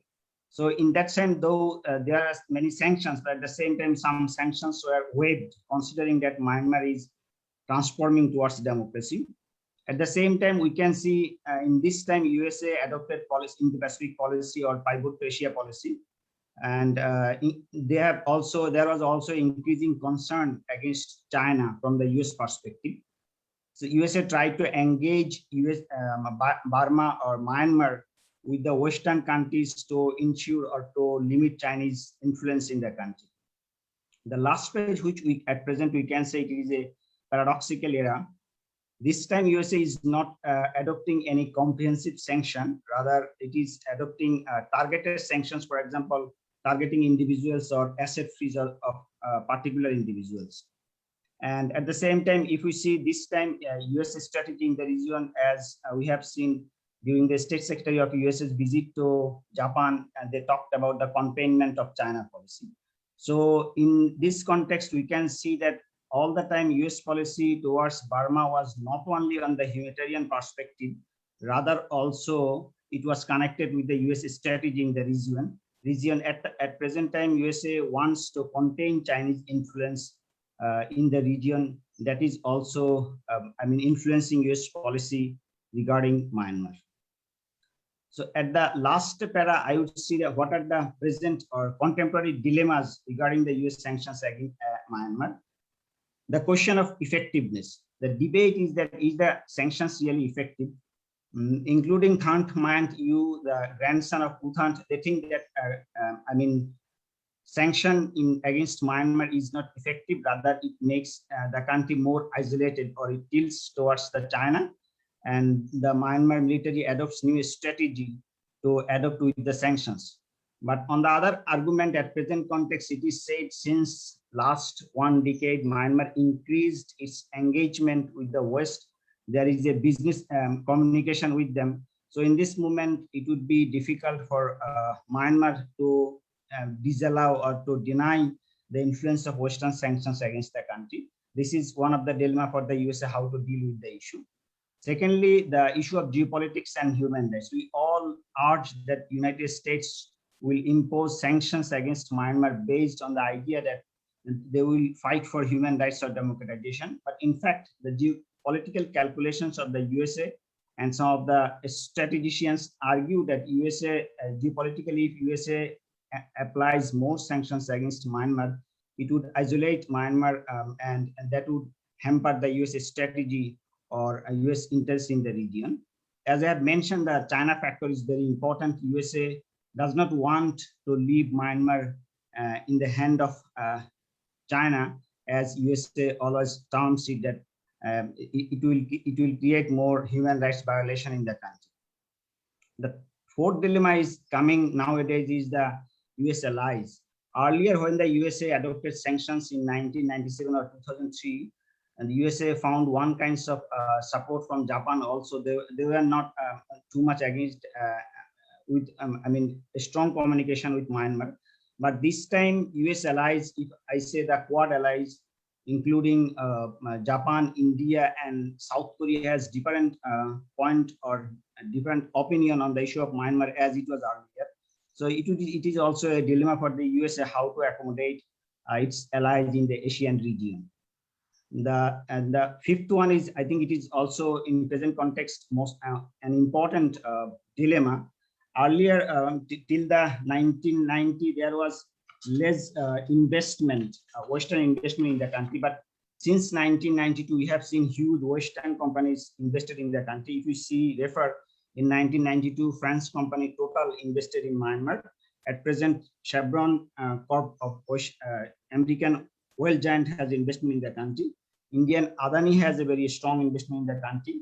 South Korean companies, Japanese companies, Singapore companies, they have very strong investment in the country. Not only that, if you see the European countries like Danish, Sweden, they have also very strong company. And we all know that Norwegian company Telenor has very large investment in the country. So though some of the, a report of the United Nations in 2019 urged or expected that these companies will be aware about the human rights issues of Myanmar, but it seems that sometimes it is due to their corporate interest, it is difficult for them to remain isolated with Myanmar. Rather, they are trying to exploit more benefits, and they have a strong influence in the policy making of the Western countries. So the interest of mega corporations also will be very important factor. And then comes the issue of individuals or companies. Does the USA adopt sanctions against individuals or companies? It seems that at present, USA is by and large going to target individuals, as we have seen in the last section sanctions by the Biden administration. They are targeting individuals or some company individuals. mainly military generals who are blamed for, accused for violating human rights or military coup. This is also a dilemma for the USA, how to adopt sanctions and which things would be targeted. Another debate is that the opportunity cost. It is said that after the sanction in 1997, USA or West missed an opportunity to engage Myanmar. Rather, instead of adopting sanctions, engaging them would be better. And there is if West remains engaged with Myanmar, then there will be an opportunity to influence Myanmar policymakers, since many generals have a business interest. So they may be interested to join, to communicate with Myanmar. If West adopts more sanctions, that may have different kinds of opportunity cost. That is also in consideration of the US policy making. And the issue of conflict economy, which we all know that for long 70 years, Myanmar's ethnic groups are fighting. So Myanmar's economy is not, we all know that not only in the hand of Myanmar government or military, rather many ethnic groups maintaining different regions. And there is a conflict economy developed in Myanmar, which is not the Myanmar state is beneficiary, rather different pressure groups, military or ethnic insurgent groups are beneficiaries. So if any state really adopts sanction or international sanction, there are many other mechanisms that Myanmar can adopt with it. So would sanction would be really effective? That remains the question. And there is also another argument that instead of applying more sanctions, there can be thinking about criminal charges against those who are criminals or those are perpetrating activities against human rights or democratization. So if we see in that context that the present USA is facing dilemma between geopolitics and democratization, and at the same time we also can claim that US sanctions against Myanmar is always not for their human rights issue or democratization issue, rather it is very strongly connected with their strategy in the region, particularly at present, I would say, Indo-Pacific region. So in conclusion, we can say that in addition to human rights issue, the US sanctions are also connected with the strategic objectives of the USA in the region. And geopolitics and corporate interest will influence the US policy against Myanmar, particularly when the United States want to adopt any sanctions against the country. And the China factor, as we have seen the recent developments, that by and large, Biden is also concerned about the rise of China. So this factor will be very much important for US policy making against Myanmar. And it would be difficult to say that USA will be again try to isolate it with Myanmar. Rather, USA will remain engaged with Myanmar, considering its strategic as well as business interests.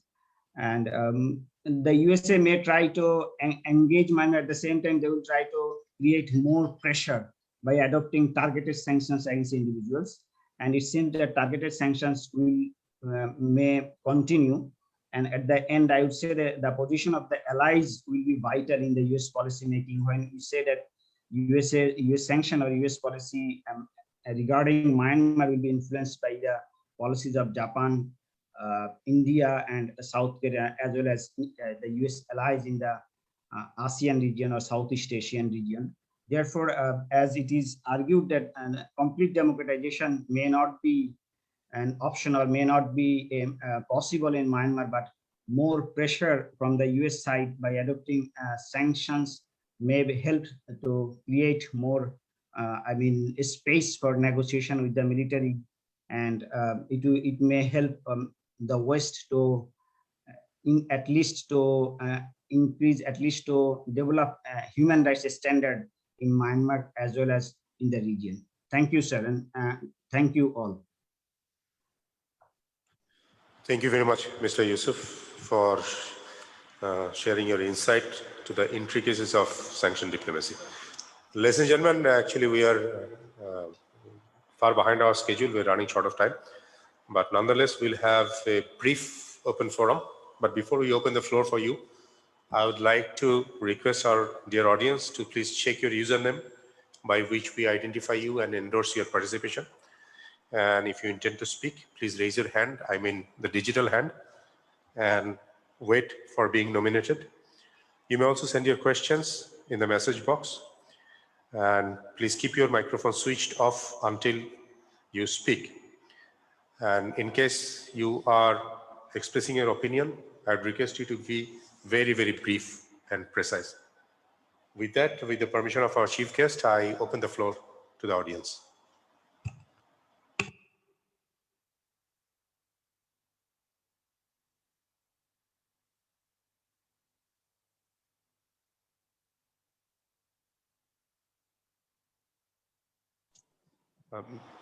I see Mr. M.S. Siddiqui. Please, Yes, sir, you have... okay, Abbas Siddiqui, we are talking about the role, although this is the subject of discussion today's webinar.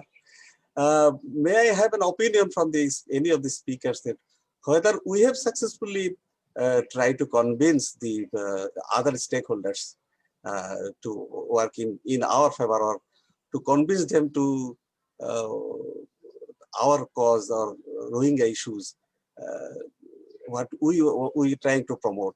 Whether we are failed to do this or convince our friends and other stakeholders. Thank you. Thank you, Mr. Siddiqui. We'll fall back to our panelists a little later. I think I should give the floor to our former chairman, Musi Faiz Ahmed. So did you raise your hand? I think. Yes, I did. Please. Thank you for recognizing me. I think it was a very good effort, initiative by BIS to organize this webinar. As it was explained by some of the speakers, that it is really very timely as well. Are you hearing me? Yes, yes. Okay, good. Because of the new developments that are taking place, this is so timely, because we hear about this unity government, formation of the unity government, the reaction of the West and the rest of the world to the coup, etc. This changes the situation dynamically regarding the issue that we are affected by, that is the exodus of such a huge number of Rohingya refugees here, and their repatriation that we want to achieve. So some of the things that I would like to emphasize here that needs to be done are that efforts should be made earnestly to ensure that the Rohingya repatriation issue is included as an important part of the new democratic federal dispensation envisaged by the national unity government. Because we understand that this has not been clearly mentioned in any of their statements that this is being included. So this needs to be included. The countries of the West, particularly supporting the process, should make this an important condition for support. That unless they also include the Rohingya issue, their support is not going to be forthcoming. I think if we can convince our friends in the West to do that, we might have achieved something there. The tripartite efforts, including China, should also continue to seek a resolution of the issue. This is very important because we know that China is one country that wields more influence with the Myanmaris than any other country right now. And therefore, this effort should continue and should be intensified if possible. As was mentioned, that previous repatriations took place under the military. So the Chinese authorities, Chinese government has a lot of influence on the military in Myanmar, and therefore this has to be an important way forward. This is not something new, but this has to continue with further greater intensity.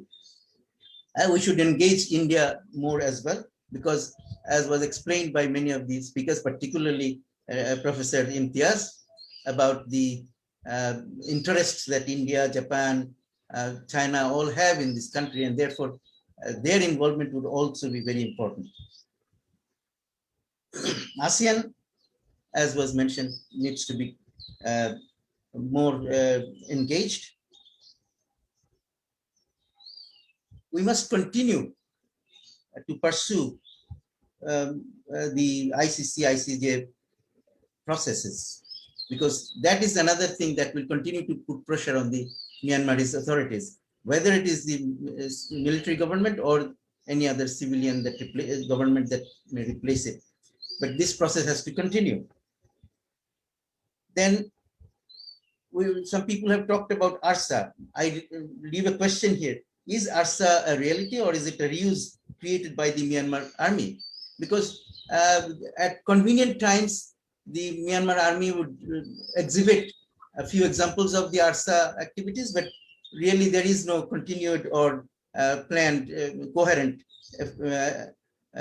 involvement of ARSA that we can see.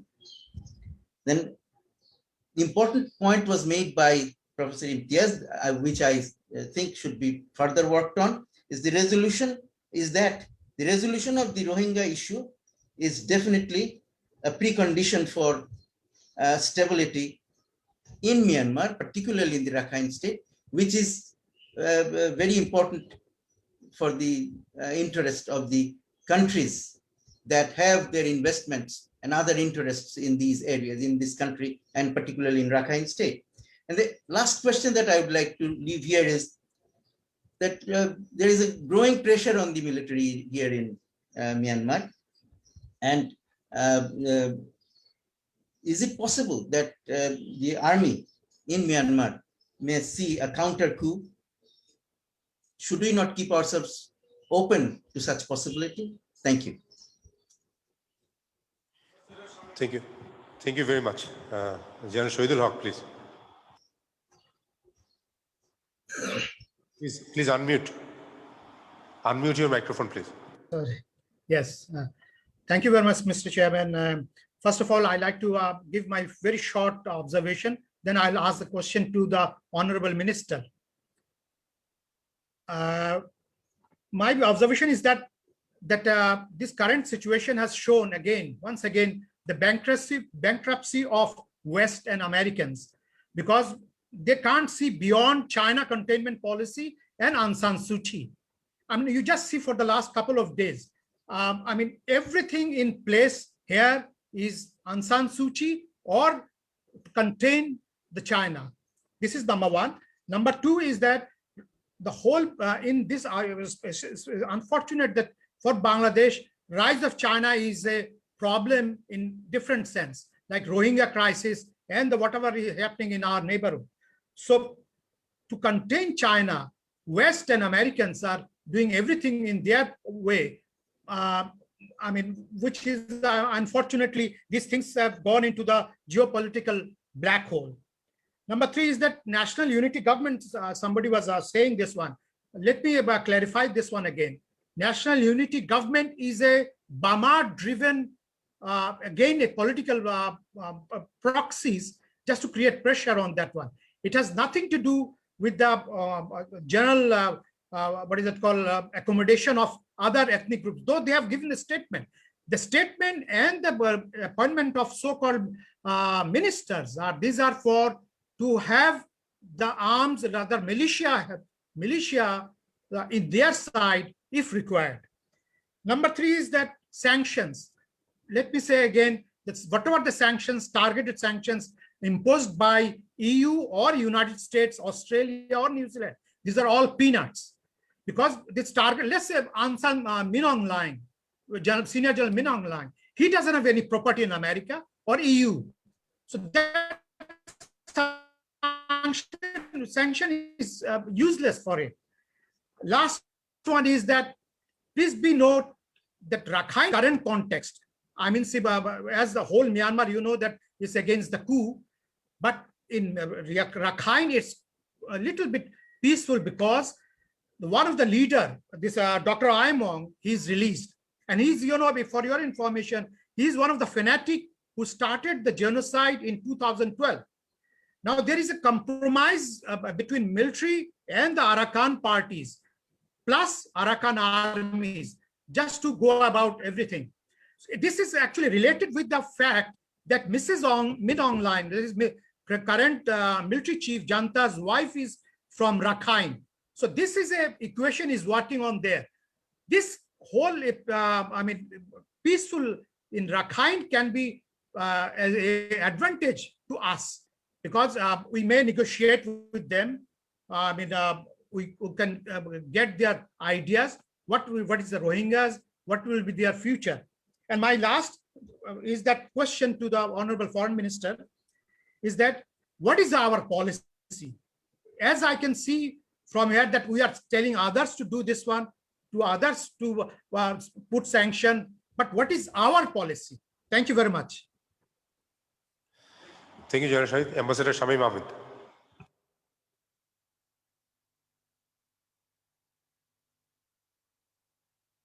Ambassador Shamim Ahmed. Please unmute.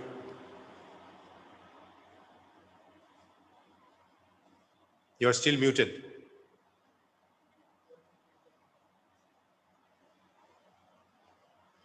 Please unmute your microphone.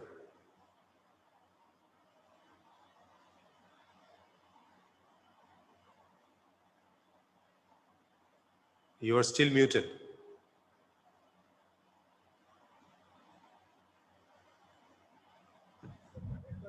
Yeah, Yes.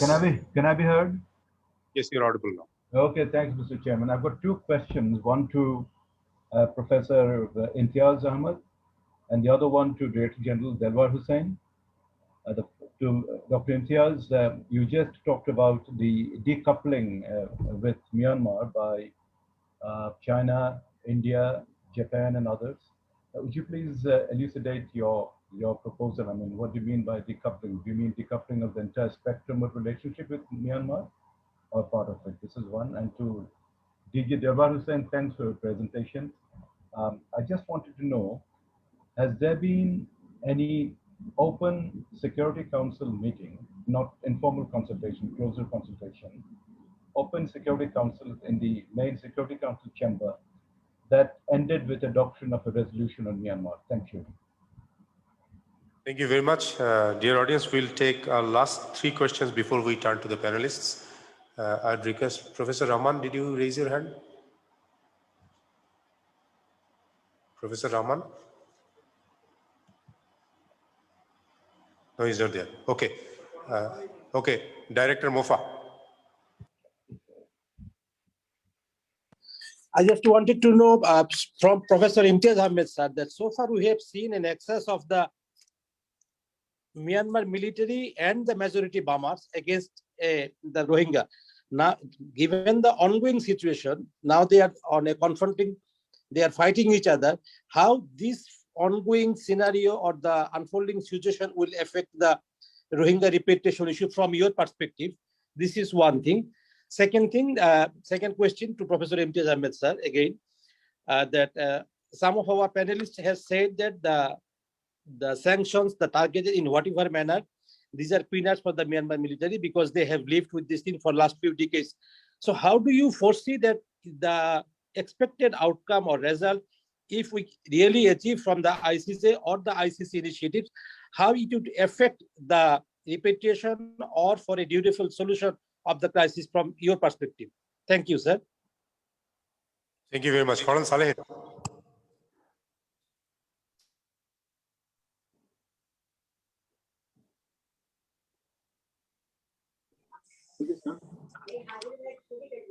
My question is to Professor Imtiaz.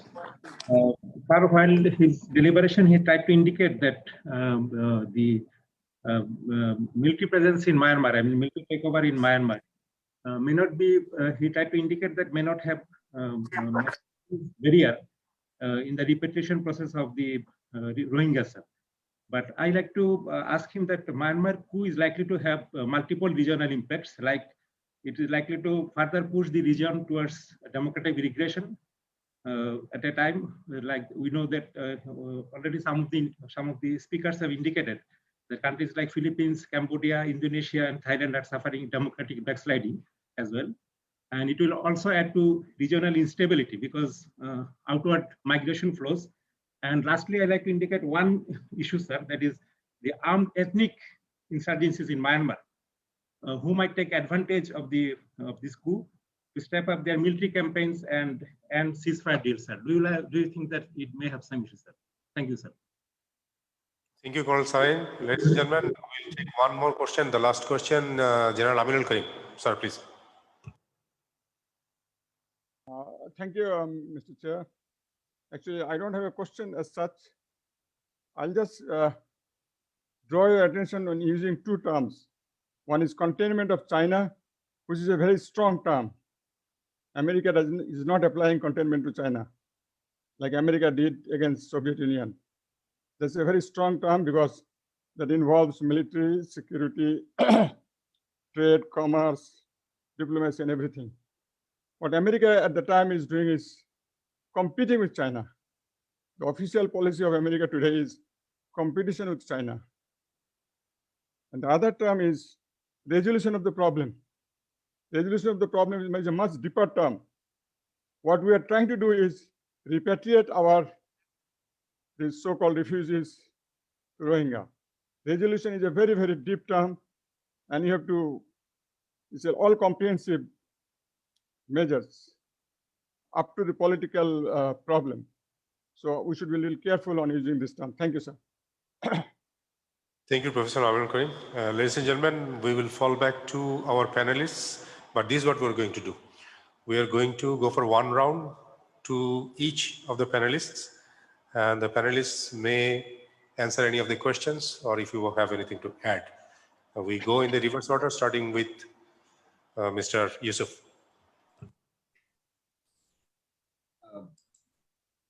Thank you, sir. What I want to add, sir, if we say in case of US policy to Myanmar, as I have mentioned, that the issue of sanctions remains a very crucial issue, how to adopt these things. But at the same time, it is also true, considering that there is a news like that some of the defections in Myanmar's military, as well as national unity government is raising their voice. So there is a hope that such kinds of sanctions, or if we can engage Western allies to create more pressure, that may create a space for democratization of the country or for upholding human rights issues in the country. Thank you, sir. Mr. Delors.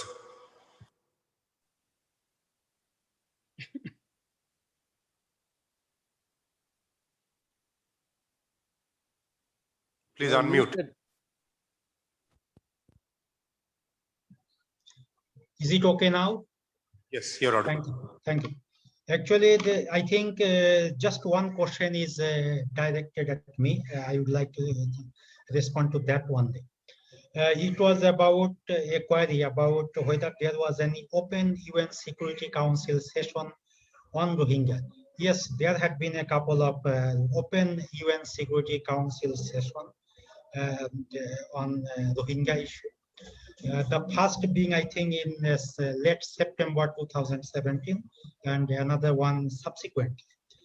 And on two occasions, to my knowledge, there were a press statement on behalf of UN Security Council.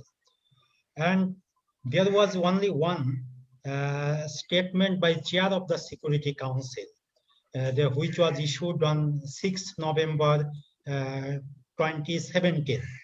And to my understanding, that president statement, that is considered as the UN official document. But press statements, those are probably not considered as UN's official document. Thank you. Which means there was no resolution adopted by the Council, no formal resolution. No, to my knowledge, no resolution was adopted so far. Yeah, because of, as you know. Yeah, thank you. Thank you very much. Professor Imtiaz. Well, there were several questions. Well, on the question whether Bangladesh succeeded or not, that's a too early a question. Success in diplomacy ought to be measured by the final outcome.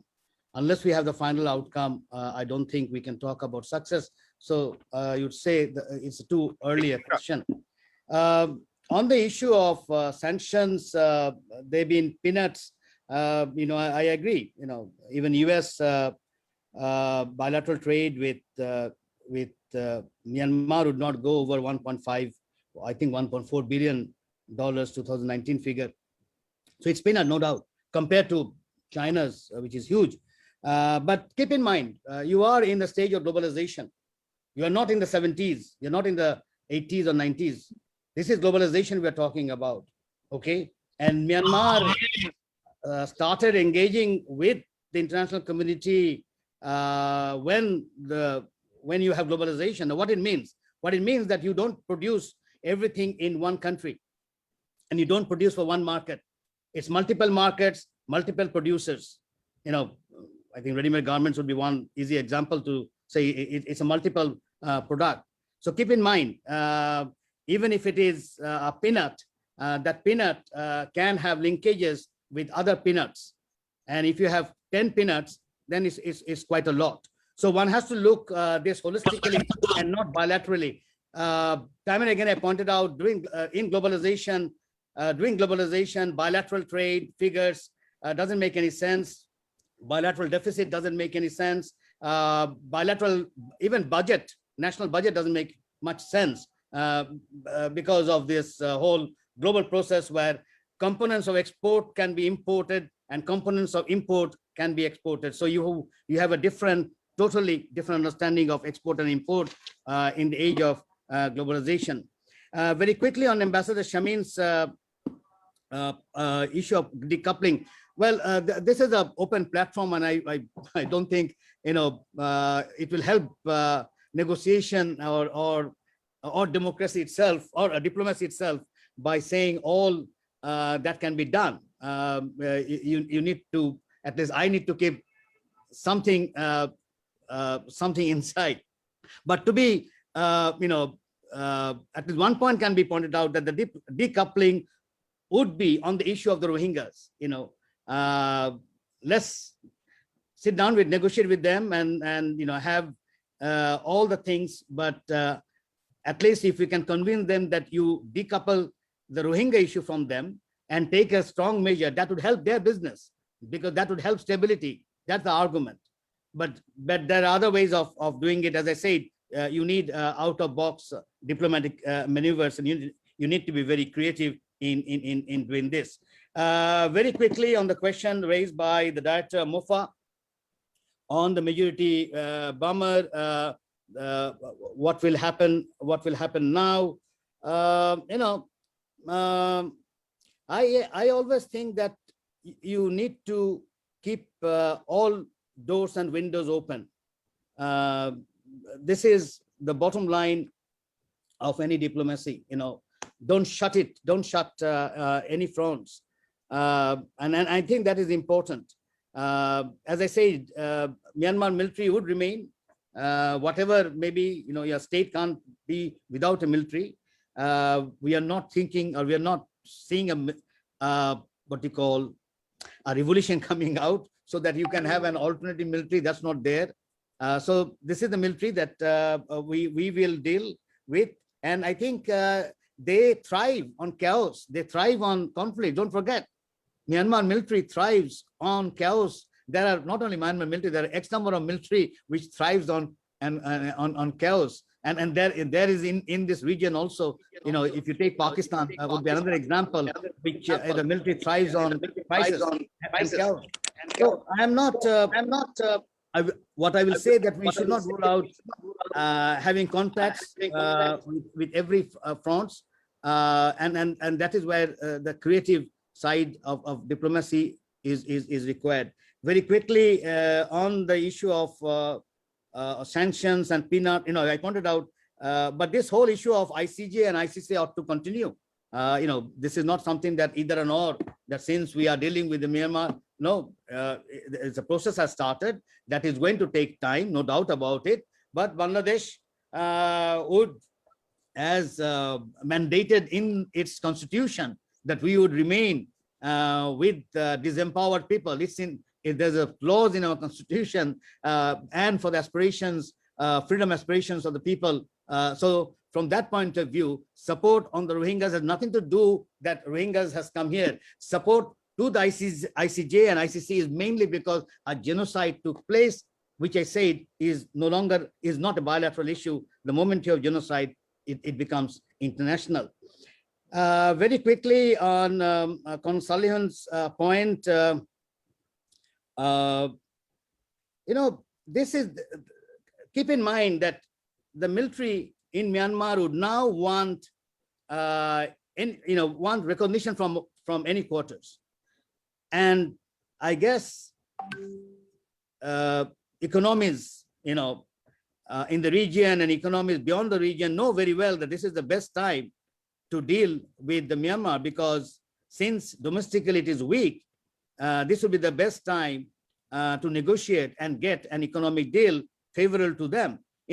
Earlier it probably would have been 60 to 50, but I think Myanmar military would, would even go for a 55, 45 or even 50-50 deal, because, recognition is all the one. So you need to understand what is the time, the situation, and then start negotiating with them. And from that point of view, I guess this whole chaos that is happening is nothing new in Myanmar.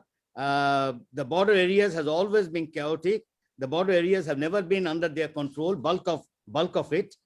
Some have very strong military, what you call, structures, some of these ethnic communities, and I don't think that's going to go away. So I guess at the end of the day, it will depend how much the civil unrest would go for. Last time when it happened in the 80s, bulk of them actually landed in different countries. They went to exile, and that's why it took quite a time. This time we really don't know whether that would take place, but we just have to see and wait how it goes about. But my understanding of the situation is that since Myanmar military knows chaos, knows conflict, they have dealt with their own civilian population, and since they now know that even after killing 500 people, international community is silent because the international community is interested in business, I guess they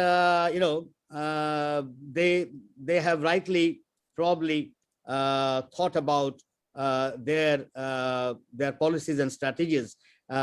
We just have to see how much the unrest goes, how big it is. If it goes, as I said, if it goes out of hand, really out of hand, then we can again sit down and talk about the next step. But as of now, I can easily tell you that China and India would remain at the side of Myanmar. We just have to, and this is the question Ambassador Shamim was pointing out about the decoupling. I think we need to convince them that if you decouple the Rohingya issue and resolve that Rohingya issue, you will benefit, your investment, your business would benefit. That's one area. And the second area is, of course, is very important. In each of these countries, they have strong civil society, particularly in India and Japan. These two countries have enormously strong civil society, and we need to engage with them so that the issue of genocide, the issue of ethnic cleansing, the issue of 500 citizens getting killed becomes a real issue. We can't let it go as it is. So if those civil societies starts putting pressure, their media, their scholars, they need to be engaged with us, telling them, I'm sure, it is not going to go very far. As I pointed out, both India and China have strong interest in keeping relationship with Myanmar.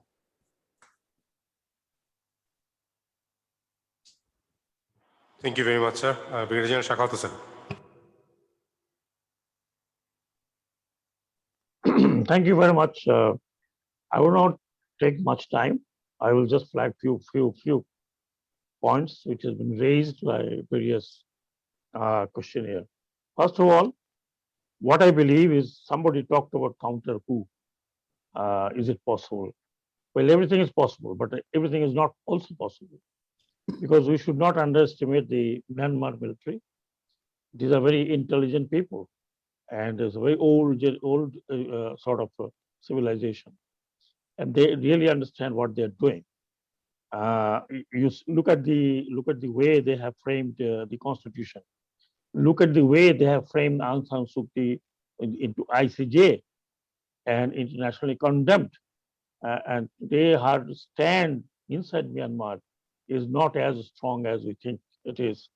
And the the demonstration that we are having is all these young people coming out because they have tasted some sort of freedom. So the military has taken all measures of a counter coup. It's not the only that the in other interest. The other interest is economic. Most of the generals, most of the senior officers of the Myanmar military are engaged in all kind of business, including jet trading, including constructions, including small little trading like log trading into log and all this. So economically, they are very much, they have a very common platform and they have the corporate interest. And that's why it's very difficult for a counter coup. Otherwise, we would have probably seen some sort of unrest, which we have not seen. The other thing is that the civil opposition to the military, we have not, as I said, we have not yet seen the mainstay of Burmers is the Buddhist monks. And I'm sure all of you, those who talk about Myanmar, they know how much influence they have on the society. We have not seen like 888 movement yet. So that seems that military has already taken into account of the monks. And the monks think that it is in the Myanmar military which is holding the spirit and structure of the Buddhism. Then Arsa, somebody talked about whether it is there or not. Well, whether we do not know whether Arsa is there or not, but it's being very much used. There are a lot of in YouTube you find their activities, and whether they are group or small or big. But then the another organization has come up, revitalized, I would say, that is RSO. Lastly, so it is there or not, it is very difficult to find out, but that is being used. Now, lastly, it's very important. We have been talking about Rohingya issue, and we have been talking about repatriation of Rohingya. I have been maintaining all the time. It's not Bangladesh and Myanmar issue. It's Myanmar and its citizen Rohingya issue. Now, as I said, there could be a plan that they would be scattered, not kept in one place to make them majority in a particular area, which probably neither the Janta nor even the Rakhine Buddhists would want, if at all, if there is any limited even repatriation. Whether the Rohingyas would like to go back with those kind of conditions or not, that is a big question. Whether they would like to be repatriated with all these conditions the Myanmar may impose, selected and without citizenship, and then scattered all over southern Arakan. So that all, I think, an important issue that I could raise. But to me, is very important is what Rohingyas are thinking. We haven't heard them much, whether it is diaspora or the Rohingya leaders who are inside the camp. I think their attitude needs to be evaluated. Thank you very much. Thank you very much, Brigadier Shakat. Ambassador Humayun Kabir, please. Thank you, Mr. Chairman. Just a few quick comments. One, I should say that we have talked about the sanctions. What I have followed, I think the Myanmar banking sector has been sanctioned. All the major companies or group of companies have been sanctioned. Many military business leaders, military business connections have been put under sanctions. So this time, I think the sanctions that are coming in now, including from Japan, by the way, and many of the major companies who have invested in Myanmar are withdrawing already, including one from Kirin, the brewery who runs the two major breweries in Myanmar. They have withdrawn. Some companies from Singapore are also coming under pressure because since the Americans have put sanctions on the banking, many of the Western companies cannot do transactions, so they are planning to leave out. So this is what the sanctions are biting. Now, whether the sanctions will produce restoration of a kind of democracy in Myanmar, and that may lead to repatriation, not very sure. But Myanmar is under tremendous amount of pressure. We can say, we can understand that well, and sanctions are tremendous, I should say, almost comprehensive.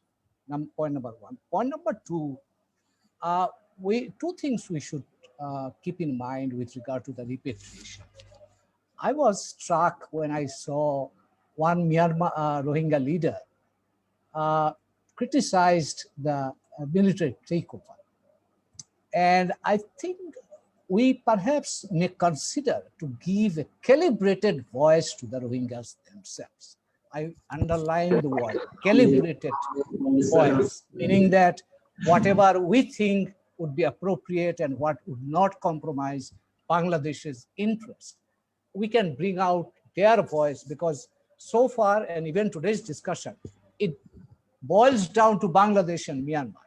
But I think Rohingyas themselves, because the Myanmar is in turmoil, lot of straws are in the air now. I think perhaps it is time also that Rohingyas should come out themselves and voice what is their expectation. So I'm not saying that things are, or whatever they say would be taken into account, but let their voice be heard. Maybe it will create some impact on the fast evolving Myanmar domestic situation. And even I have heard from Myanmar, some quarters, they are now talking about dissolving the Tatmadaw and build up a federal army. That is also under discussion. So these are all discussions, and as situation is fluid now, perhaps this is also a time where perhaps the Rohingyas can pitch into the discussion and perhaps be a part of at least that evolving national discourse. And another point I should conclude by saying that Myanmar is in deep trouble, and there are discussions around the world. Some of the experts are calling that Myanmar is almost facing a state failure. It means that Myanmar as a state may collapse. Now, as a neighbor, we have to be careful about that also, because already Thailand and India, China are facing new refugees, a stream of refugees. Luckily, we have not seen that on the Western front. But if the state as a whole collapses, Myanmar, which some people are afraid of, then also we have to take some precaution. In that case, not only the Rohingyas, we may unfortunately face this potential that some refugees might land up in Bangladesh. So it is time that we watch Myanmar situation from a larger context, larger canvas, and keep the Rohingya issue on the front burner, but at the same time, watch so that other problems, Myanmar's problems, may not spill over into us and create some additional security problem for us. So just with these words, I should stop here and thank you once again, Mr. Chairman, for inviting me to this very important discussion. Thank you very much, Ambassador Humayun Kabir. Dear audience, we have been actually eagerly waiting for hearing our chief guest today. But before that, my sincerest apologies to those whom we could not give a floor today. There were many, and I might as well have missed many of the raised hands. My sincerest apologies, because we are actually running short of time. There are also many questions in the message box. I want to draw attention of our chief guest towards one question which has come in multiple form from media. Let me read out. ভাষাঞ্চরে রোহিঙ্গাদের বাসযোগ্যতা নিয়ে Al Jazeera মিথ্যা তথ্য দিয়ে প্রতিবেদন প্রচার করছে। এর প্রতিবাদে বাংলাদেশ সরকার কি ভাবছে? এর ফলে সেখানকার রোহিঙ্গাদের বসবাসে নেতিবাচক কোনো প্রভাব পড়বে কিনা? There's another one. Please tell your role protesting Al Jazeera report and earlier some other international media misleading report on Rohingya issue. These are specifically directed towards our chief guest. Maybe he will answer if he wishes to. Ladies and gentlemen, it is my honor to invite our Honorable Chief Guest of this webinar, His Excellency Mr. Shahriar Alam MP, Honorable State Minister, Ministry of Foreign Affairs, Government of Bangladesh. Sir, you have the floor.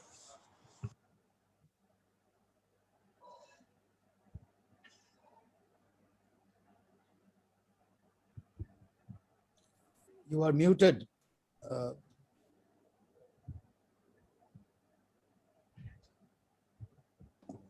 I thought I unmuted, and I'm not going to repeat the same mistake that many of you did, but here we are. Director General of BIISS, distinguished speakers, dear participants, journalists, Assalamu alaikum, and very good afternoon. Obviously, Ramjanul Mubarak, and this is the time of the day during Ramadan when lack of sugar starts kicking in. So excuse me for being a little different, if I may sound. But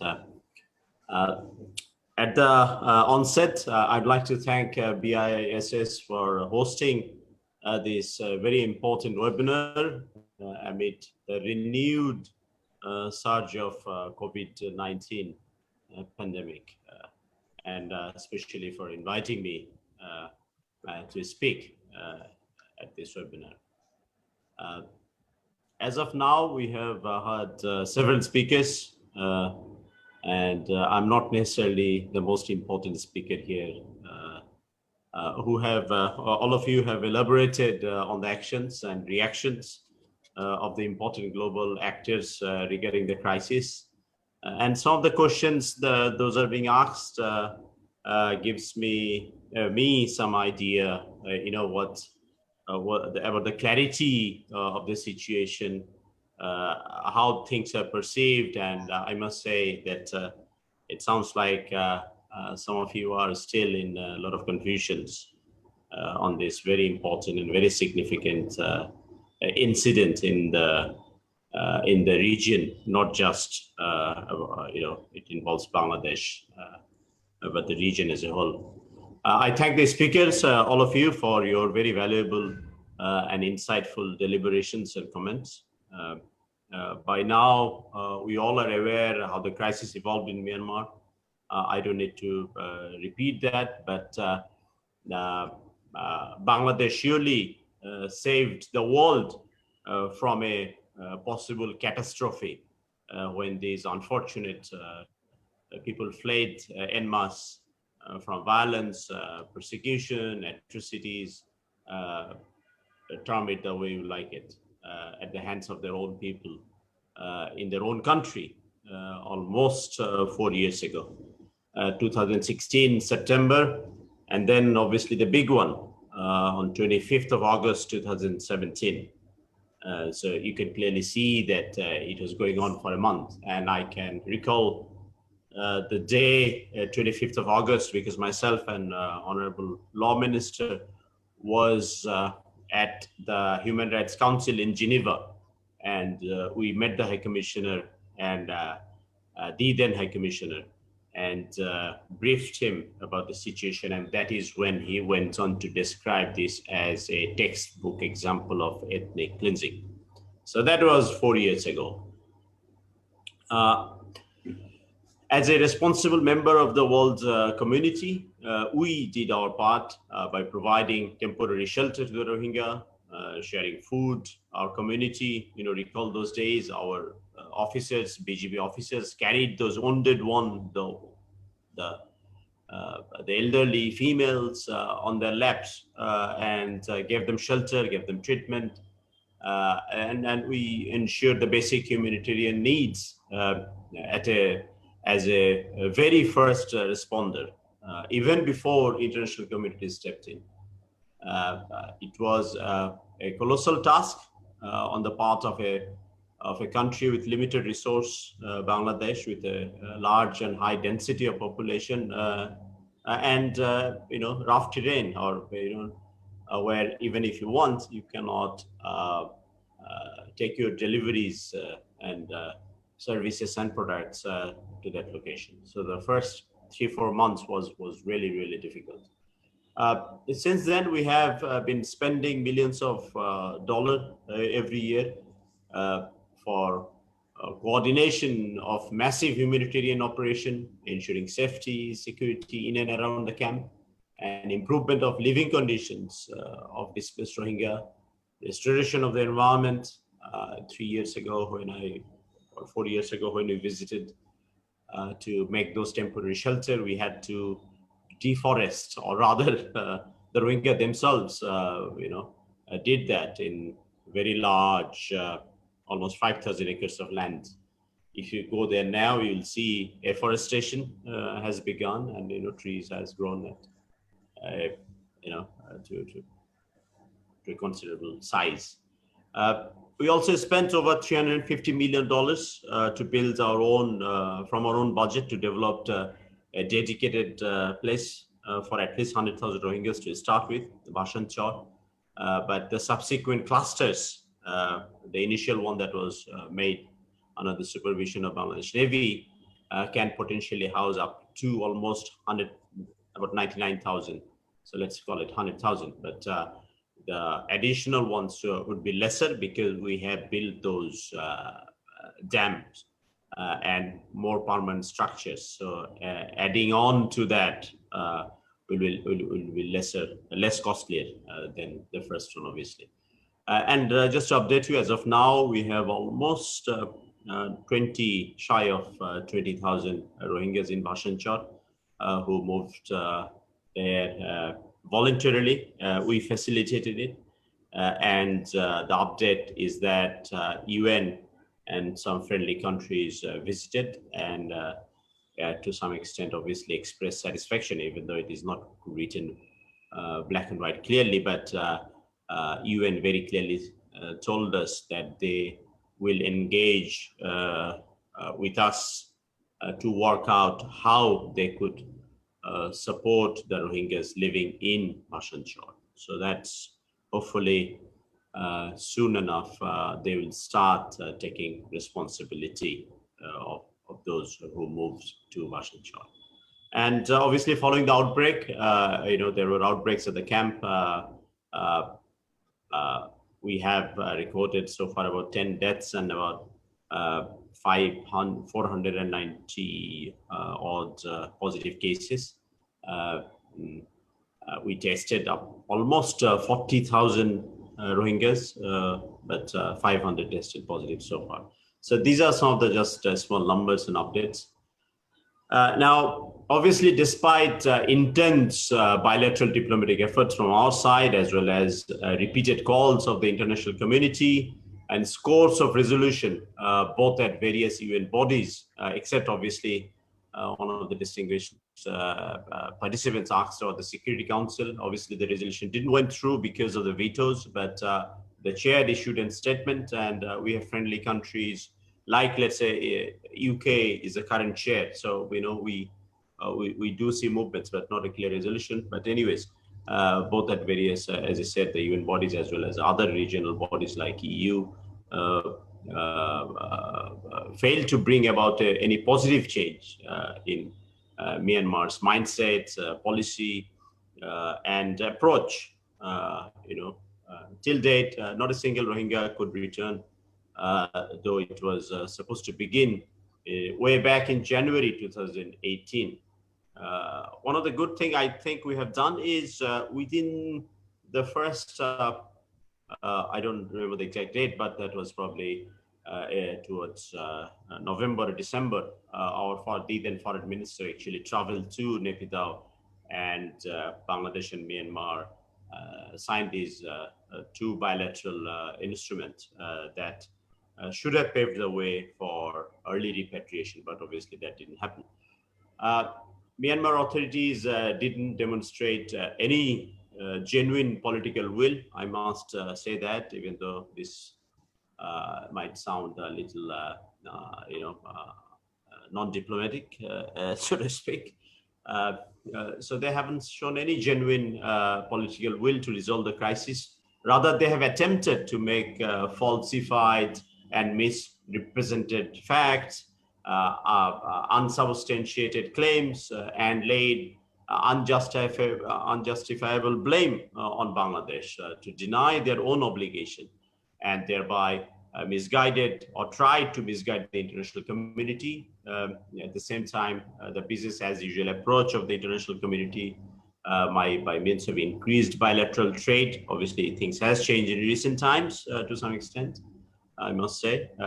Continued investment and developed assistance have undoubtedly encouraged Myanmar to flout the decisions of international mechanism and continue mass atrocities on its minorities with a greater sense of impunity. But I must say, as information flows, as Ambassador Humayun Kabir went on to say at the very end, I'm not sure whether all of you managed to take a good note of that, is that things are not looking good in Myanmar, financially, politically, socially, it's worsening by minute. And we have further reason to be concerned of possible new added problems, even though geographically speaking, because we believe that out of, let's say, 2+ million Rohingyas from Rakhine, 1 million is in Bangladesh, 500,000 is scattered in the region, Indonesia, Malaysia, Thailand, and a couple of other countries.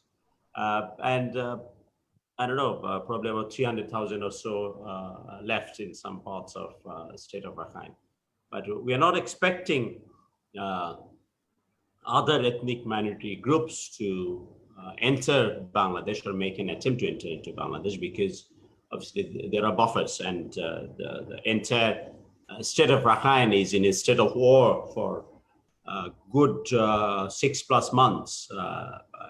There were heavy artillery shelling that took place 6-7 months ago and all that. So heavy military presence. So bypassing them, other ethnic minority will try to enter to Bangladesh. I don't think it's physically possible at this point of time. But as I said, we have every reason to be concerned as the situation deteriorates by minutes in there. Now, obviously, the displaced people are not expected to opt for return on their own volition unless Myanmar creates a conducive environment in Rakhine and builds confidence among Rohingya. And we have done a lot of work on that as well. And I felt that I should remind some of you, because it seems that it's not clearly visible in some of your memories, is, we even encouraged China and took their representatives there in presence of Myanmar officials about just before the pandemic broke out, so that they can listen to the Rohingyas as to why they feel that they're still afraid going back to Myanmar, and whether they truly want to go back to Myanmar. And they are willing to go back to Myanmar, and they're desperate rather to go back. I mean, it's human nature, everyone wants to, live in their ancestral places, or, where you belong, your birthplace. You don't like to stay out too long from that place. But obviously they told clearly, and we wanted to carry on that exercise, so that we can prove to Myanmar, and we can make China as witness as part of our trilateral efforts. And I think we were successful, because the message from Beijing passed on to Naypyidaw was that Myanmar should take measures to build confidence among the Rohingyas. And we agreed that Myanmar needs to adequately address the fundamental concerns of the displaced Rohingyas, which includes, among others, safety, security, arrangements for normal living in places of origin, and issuance of proper identity document. And I'm sure some of you who keep an eye on these developments, immediately after the 2017 exodus, one of the ministers in Myanmar went on to say that they have seized the fishing right of the Rohingyas. those are the basic human rights, basic rights of a citizen, and those must be given back to them. And not only that, one of their other minister or general went on to say that the Myanmar law suggests that if you leave your, the places where the atrocities took place, it now automatically belongs to the government of Myanmar, and it hardly makes any sense. So those are the things we reminded them of, and they must reintroduce those and give enough confidence to the Rohingyas. The ongoing judicial proceedings, both at the ICJ and ICC, are the utmost important, of utmost importance to put an end to Myanmar's long history of persecution, a deep-rooted culture of impunity. Now, this is where I would request you to take note of that a country that is suffering for democracy for so long, and I must admit that up until 2017, I think, at any international forum, we always abstained from voting against Myanmar because we wanted to pave the way of democratization in Myanmar. We, in a way, supported the political parties, in most cases it was led by Aung San Suu Kyi, because, Prime Minister Sheikh Hasina's government believes in democracy, and we thought, our neighbors, our immediate neighbors, must go back to democracy or introduce democracy for the first time, so to speak. But obviously, the shape and form it came wasn't very useful, healthy, or fruitful. And some of you actually termed that as even it's probably a rather military government is a better option than that such weak democracy, because Rohingyas were brought back to Myanmar when military was in power. But obviously, we all know as practitioners, and some of you as researcher and teacher, is that it takes time for democracy to evolve. No matter in Europe, it has taken hundreds of years. In our case, we are just 50 as we are celebrating the golden jubilee of our independence. And in case of our other neighbor, let's say, Pakistan, a single prime minister is yet to complete his or her full term, and it's a democracy that has seen 7 decades. Obviously, the first constitution took about 27 years to come into being an operation. But anyways, I don't want to indulge myself in those areas. But Bangladesh has been playing a proactive role in relevant international fora. As I said, we started off on the very first day at the Human Rights Council to uphold justice and rights for Rohingya. The international community must remain focused, vigorously pursue accountability and justice through the international judicial mechanism. In this connection, I sincerely thank the government of Netherlands and the government of Canada for the joint expression of interest to assist the ICJ genocide case against Myanmar. I think that's a huge success, even though it's going to take some time to conclude. But I think it was an exercise that was necessary for the future of Myanmar even. Repatriation of all displaced people of Myanmar remains a compelling priority for Bangladesh. The displaced Rohingya are also desperate to return home in safety and dignity at the earliest possible. The outcomes and experiences of our bilateral diplomatic efforts of working with Myanmar on the Rohingya issue clearly suggest that Bangladesh alone cannot solve the crisis.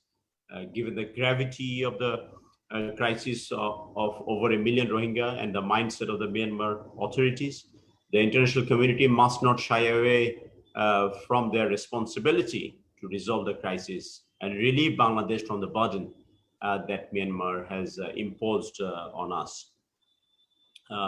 আমি এখানে অনেক সাংবাদিক আছেন, এখানে বাংলায় কয়েকটি কথা একটু বলতে চাই। এই কথাটা একটু রিপিট করব, সেটা হলো যে আমরা আন্তর্জাতিক বন্ধু রাষ্ট্রগুলি বেশ কিছু রাষ্ট্রের অবদান এবং অবস্থান নিয়ে আমরা যেরকম সন্তুষ্ট, আবার ঠিক একইভাবে আমরা সেই সন্তুষ্টি প্রকাশ করতে পারি না অন্যান্য বন্ধু রাষ্ট্রের অবস্থানগুলি বিষয়ে। জাতিসংঘ রিপিটেডলি এটা নিয়ে কথা বলছে, কিন্তু খুব ইফেক্টিভ কিছু হচ্ছে না। আমরা অনেককে দেখছি বা দেখেছি যে রোহিঙ্গাদেরকে ফিরিয়ে নিয়ে যাওয়ার বিষয়ে যতটুকু সময় তাদের ব্যয় করা উচিত ছিল, তারা সেটা না করে বরঞ্চ উল্টো বাংলাদেশের উপরে চাপিয়ে দেওয়ার চেষ্টা করেছেন রোহিঙ্গাদেরকে এখানে কিভাবে আরো ভালোভাবে রাখা যায় বিষয়গুলিতে। এটা আমাদের ডিপ্লোমেসির জন্য চ্যালেঞ্জিং, আমাদের সরকারের জন্য চ্যালেঞ্জিং, কিন্তু জননেত্রী শেখ হাসিনার নির্দেশনায় এবং তার নেয়া পলিসিতে, নীতিতে আমরা সফল হয়েছি বলতে হবে, যে আমরা আমাদের সামর্থ্য দিয়ে যেভাবে রোহিঙ্গাদেরকে দেখভাল করা যায় আমরা সেটা করে যাওয়ার চেষ্টা করছি। ছোট করে যদি উদাহরণ হিসেবেও টানি, ভাষান্তর ইস্যুটি এখন আর কোনো ইস্যু নয়, এটা সমাধান হয়ে গেছে। ইংরেজিতে একটি কথা আছে, ডান অ্যান্ড ডাস্টেড। ভাষান্তর ইস্যুটি এখন ডান অ্যান্ড ডাস্টেড। অতীতে আমরা বলেছি যে আমরাই প্রথম দরজা খুলে দিয়েছি, আমরা জানি কিভাবে অন্য দেশ থেকে বিতাড়িত মানুষ বা এরকম মানবিক বিপর্যয় থেকে বাঁচিয়ে রাখতে কিভাবে তাদেরকে দেখভাল করতে হয়, এবং সেই উদ্দেশ্যেই ভাষান্তর তৈরি করা হয়েছিল। এবং আমরা কিন্তু আমাদের রিসোর্স দিয়ে এবং রোহিঙ্গাদের সদিচ্ছায় তাদেরকে ভাষান্তরে নিয়ে গিয়েছি। এখন এটা আন্তর্জাতিক যে বন্ধু রাষ্ট্রগুলি আছে তারা অতি সম্প্রতি যে সফরগুলি করেছেন, এখানে মতভেদ হবার মতো কোনো বিষয় তারা পাননি। জাতিসংঘের কাছে ছোট কিছু রেকমেন্ডেশন আছে, কিন্তু আমরা অতি সম্প্রতি প্রত্যাশা করছি যে মূল রোহিঙ্গা ক্যাম্পে কুতুপালং এবং অন্যান্য জায়গায় যেটা আছে, ঠিক একই প্রক্রিয়াতে ভাষান্তরেও রোহিঙ্গাদেরকে দেখভাল করার জন্য আন্তর্জাতিক সংস্থাগুলি দায়িত্ব নেবে। তবে আমি যে বিষয়টিতে বলছিলাম যে জাতিসংঘ সহ এখনো অন্যান্য রাষ্ট্রগুলির যতটুকু করার আছে তারা এখনো পর্যন্ত কিন্তু ততটা করেননি। কিন্তু একই সাথে এটা বলবো যে একেবারে কনক্লুশন বা উপসংহারে আসার মতো বিষয় এটি নয়, এটাকে অনেক ধৈর্যের সাথে মোকাবেলা করতে হবে এবং করছি আমরা। এবং এই রোহিঙ্গা ইস্যুটি সার্বিক অর্থে বাংলাদেশকে কিন্তু চ্যালেঞ্জ করছে অহরহ, প্রতিনিয়ত। এবং আমার মনে হয় আমরা we are living up to the expectation বলে যে কথাটি আছে, যে এই চ্যালেঞ্জ মোকাবেলা করার জন্য যা যা করণীয় আমরা সেটা করতে পারছি বা করে যাচ্ছি অব্যাহতভাবে। কিন্তু এটাতে একটা কনস্ট্যান্ট মানে অব্যাহত প্রচেষ্টা থাকতে হবে। এটার যেরকম একটা সিকিউরিটি সেফটি ডাইমেনশন আছে, আমাদের নট জাস্ট বর্ডারিং এরিয়া, আমাদের সভেরেনিটির ইস্যু আছে, সার্বভৌমত্বের বিষয় আছে। সেই সাথে সাথে চূড়ান্ত সফলতা তখনই আমরা বলতে পারবো আসবে যখন আমরা তাদেরকে ফিরিয়ে দিতে পারবো তাদের দেশে। আমি আবার একটু মূল বক্তব্যে ফেরত আসি, 2 মিনিট লাগবে হয়তো আমার শেষ করতে। সেটা হচ্ছে যে we fervently call upon the international community to engage in depth with Myanmar in a meaningful way to ensure the creation of conducive environment in Rakhine and find a lasting solution for the unfortunate community. Key nations in the region and ASEAN countries with diverse direct leverage over Myanmar have added responsibility in building confidence among the Rohingya and to ensure peace and stability of the region. That will be the real service and most important service for an ethnic minority, the Rohingya, seriously facing threat of extinction due to ethnic cleansing, as the UN termed as a only through our concerted efforts, sustained repatriation can become a reality. এই ক্ষেত্রে আবার একটু বলি যে যদিও আসিয়ানের চার্টারে পরিষ্কারভাবে বলা আছে একটি রাষ্ট্রের সদস্য রাষ্ট্রের আভ্যন্তরীণ রাজনৈতিক বিষয়গুলিতে অন্যান্য সদস্য রাষ্ট্র নাক গলান না, কিন্তু তারাও কিন্তু ধীরে ধীরে কম্পেলড হচ্ছেন। যদিও একজন মূল বক্তা মালয়েশিয়ার ক্ষেত্রে বলেছেন, কিন্তু আমি নিশ্চিত করে বলতে পারি আপনাদেরকে, আপনাদের যদি খেয়াল থেকে থাকে, যদিও সেটাকে ইলেকশনের আগের একটা ইনসিডেন্ট হিসেবে আপনারা ধরতে মনে করতে পারেন, যে তৎকালীন মালয়েশিয়ার প্রধানমন্ত্রী মিস্টার নাজিব, তিনি নিজে কোন এক শুক্রবারে 1 মিলিয়ন মালয়েশিয়ানের একটা প্রসেশন লেড করেছিলেন, এবং আমরা মালয়েশিয়ার কাছ থেকে পূর্ণ সমর্থন পেয়েছি। বাংলাদেশের পক্ষে বরাবরই তারা ভোট দিয়েছেন, তারা অ্যাবস্টেনও করেননি বা এগেনস্টও যাননি। ইন্দোনেশিয়ার সাথে একটা সিমিলারিটি আছে, আরেকজন মূল প্রবন্ধক বলেছেন যে শুধু মিয়ানমার নয়, মিয়ানমার এবং ইন্দোনেশিয়াতে একটি আছে যে military representation in the parliament, the serving military officers and police as well in case of Indonesia.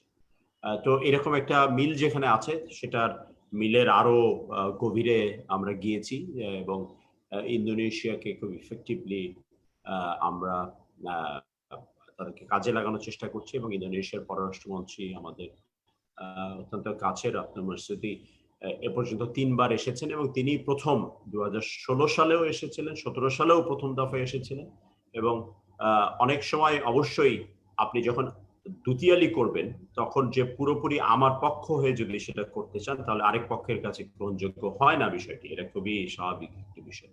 এই কারণে তাদের মতো করেও বিষয়গুলিকে বলতে হয়। এই কারণে অনেকে রোহিঙ্গা ট্রাম্পটা ব্যবহার করেন না, displaced people from Myanmar বলেন বা মুসলিম বা অন্য কোনো ট্রাম দিয়ে বলেন, বা তো আমরা এগুলিকে যে ডিসকারেজ করি তা না, বা শুধু যে আমাদের পক্ষে এনকারেজ করি তা নয়, কারণ আমাদেরকে এই বন্ধু রাষ্ট্রগুলির কনসার্টেড এফোর্টের মধ্যে দিয়ে এই সমস্যার সমাধান বের করা হবে। While we are committed to continue our efforts, albeit we will have to be mindful of the ongoing political situation, as I said, worsening situation of Myanmar. The international community should make a concerted effort to stabilize the situation in Myanmar and effectively prevent any further mass displacement or cross-border exodus. এবং এই ধরনের ঘটনা কিছু ঘটেছে, আপনারা জানেন, অতি সম্প্রতি থাইল্যান্ডের বর্ডারে। এবং এই কারণে আসিয়ানে, যদিও যে বিষয়টি বলতে গিয়ে আমি একটু সরে গেলাম আসলে, যে আসিয়ানের চার্টারে না থাকলেও আসিয়ান কিন্তু এখন বাধ্য হচ্ছে তাদের নিজেদের স্বার্থেই এই বিষয়গুলিকে আমলে নেওয়ার জন্য। এবং এই কারণে আমরা জানি যে আসিয়ানের একটি হিউম্যানিটেরিয়ান কমিটি আছে, তারা এনগেজড হয়েছে, এবং আমি বিস্তারিত আপনারা এই সামিটে দেখতে পাবেন। যদিও আমরা মনে করি না যে তাদের আউটকাম ডকুমেন্টে খুব পরিষ্কারভাবে কিছু লেখা থাকবে, বাট আমাদের মধ্যে কোনো সন্দেহ নেই যে এই বিষয়গুলি নিয়ে আলোচনা ASEAN সামিটে হবে। At the end, I'd like to take the opportunity to encourage BISS to organize events on Rohingya issues involving the influential different think tanks and like-minded organizations at different capitals.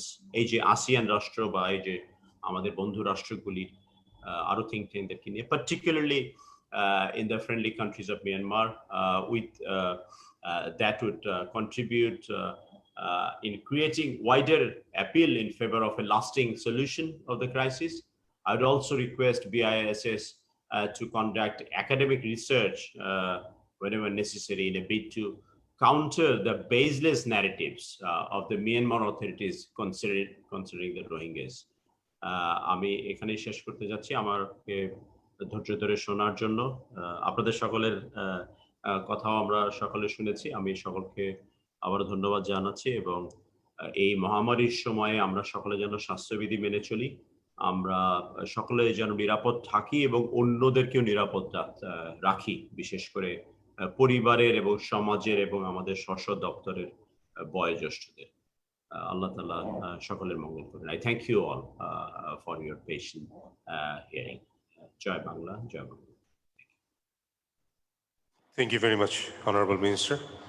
We all know that you had been squarely engaged with this crisis since the beginning, And thank you very much for sharing today your insight, your experience, and also adding clarity to things that we did not know. Thank you very much. Ladies and gentlemen, to conclude, I like to say there are things happening next door in our neighbor, which I personally thought was unacceptable in 21st century, but still we see things are happening and being sustained.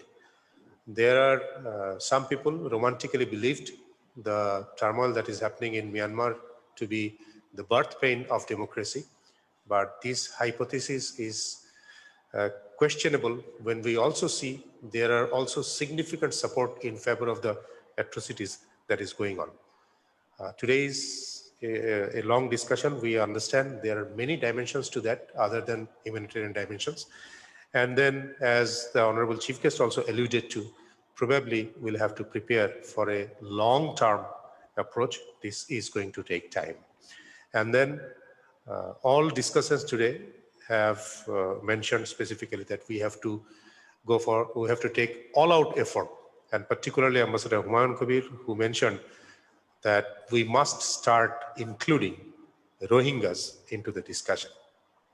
I often wonder how many of the stakeholders to this crisis are genuinely concerned deeply enough for the suffering of the Rohingyas, because whatever the dimensions are, whether diplomatic or geopolitical or whatever it is, at the end of the day, it is human who are suffering on the ground. It is their children who are growing up in uncertainty. I just want to recall the philosophy of our father of the nation, Bangabandhu Sheikh Mujibur Rahman.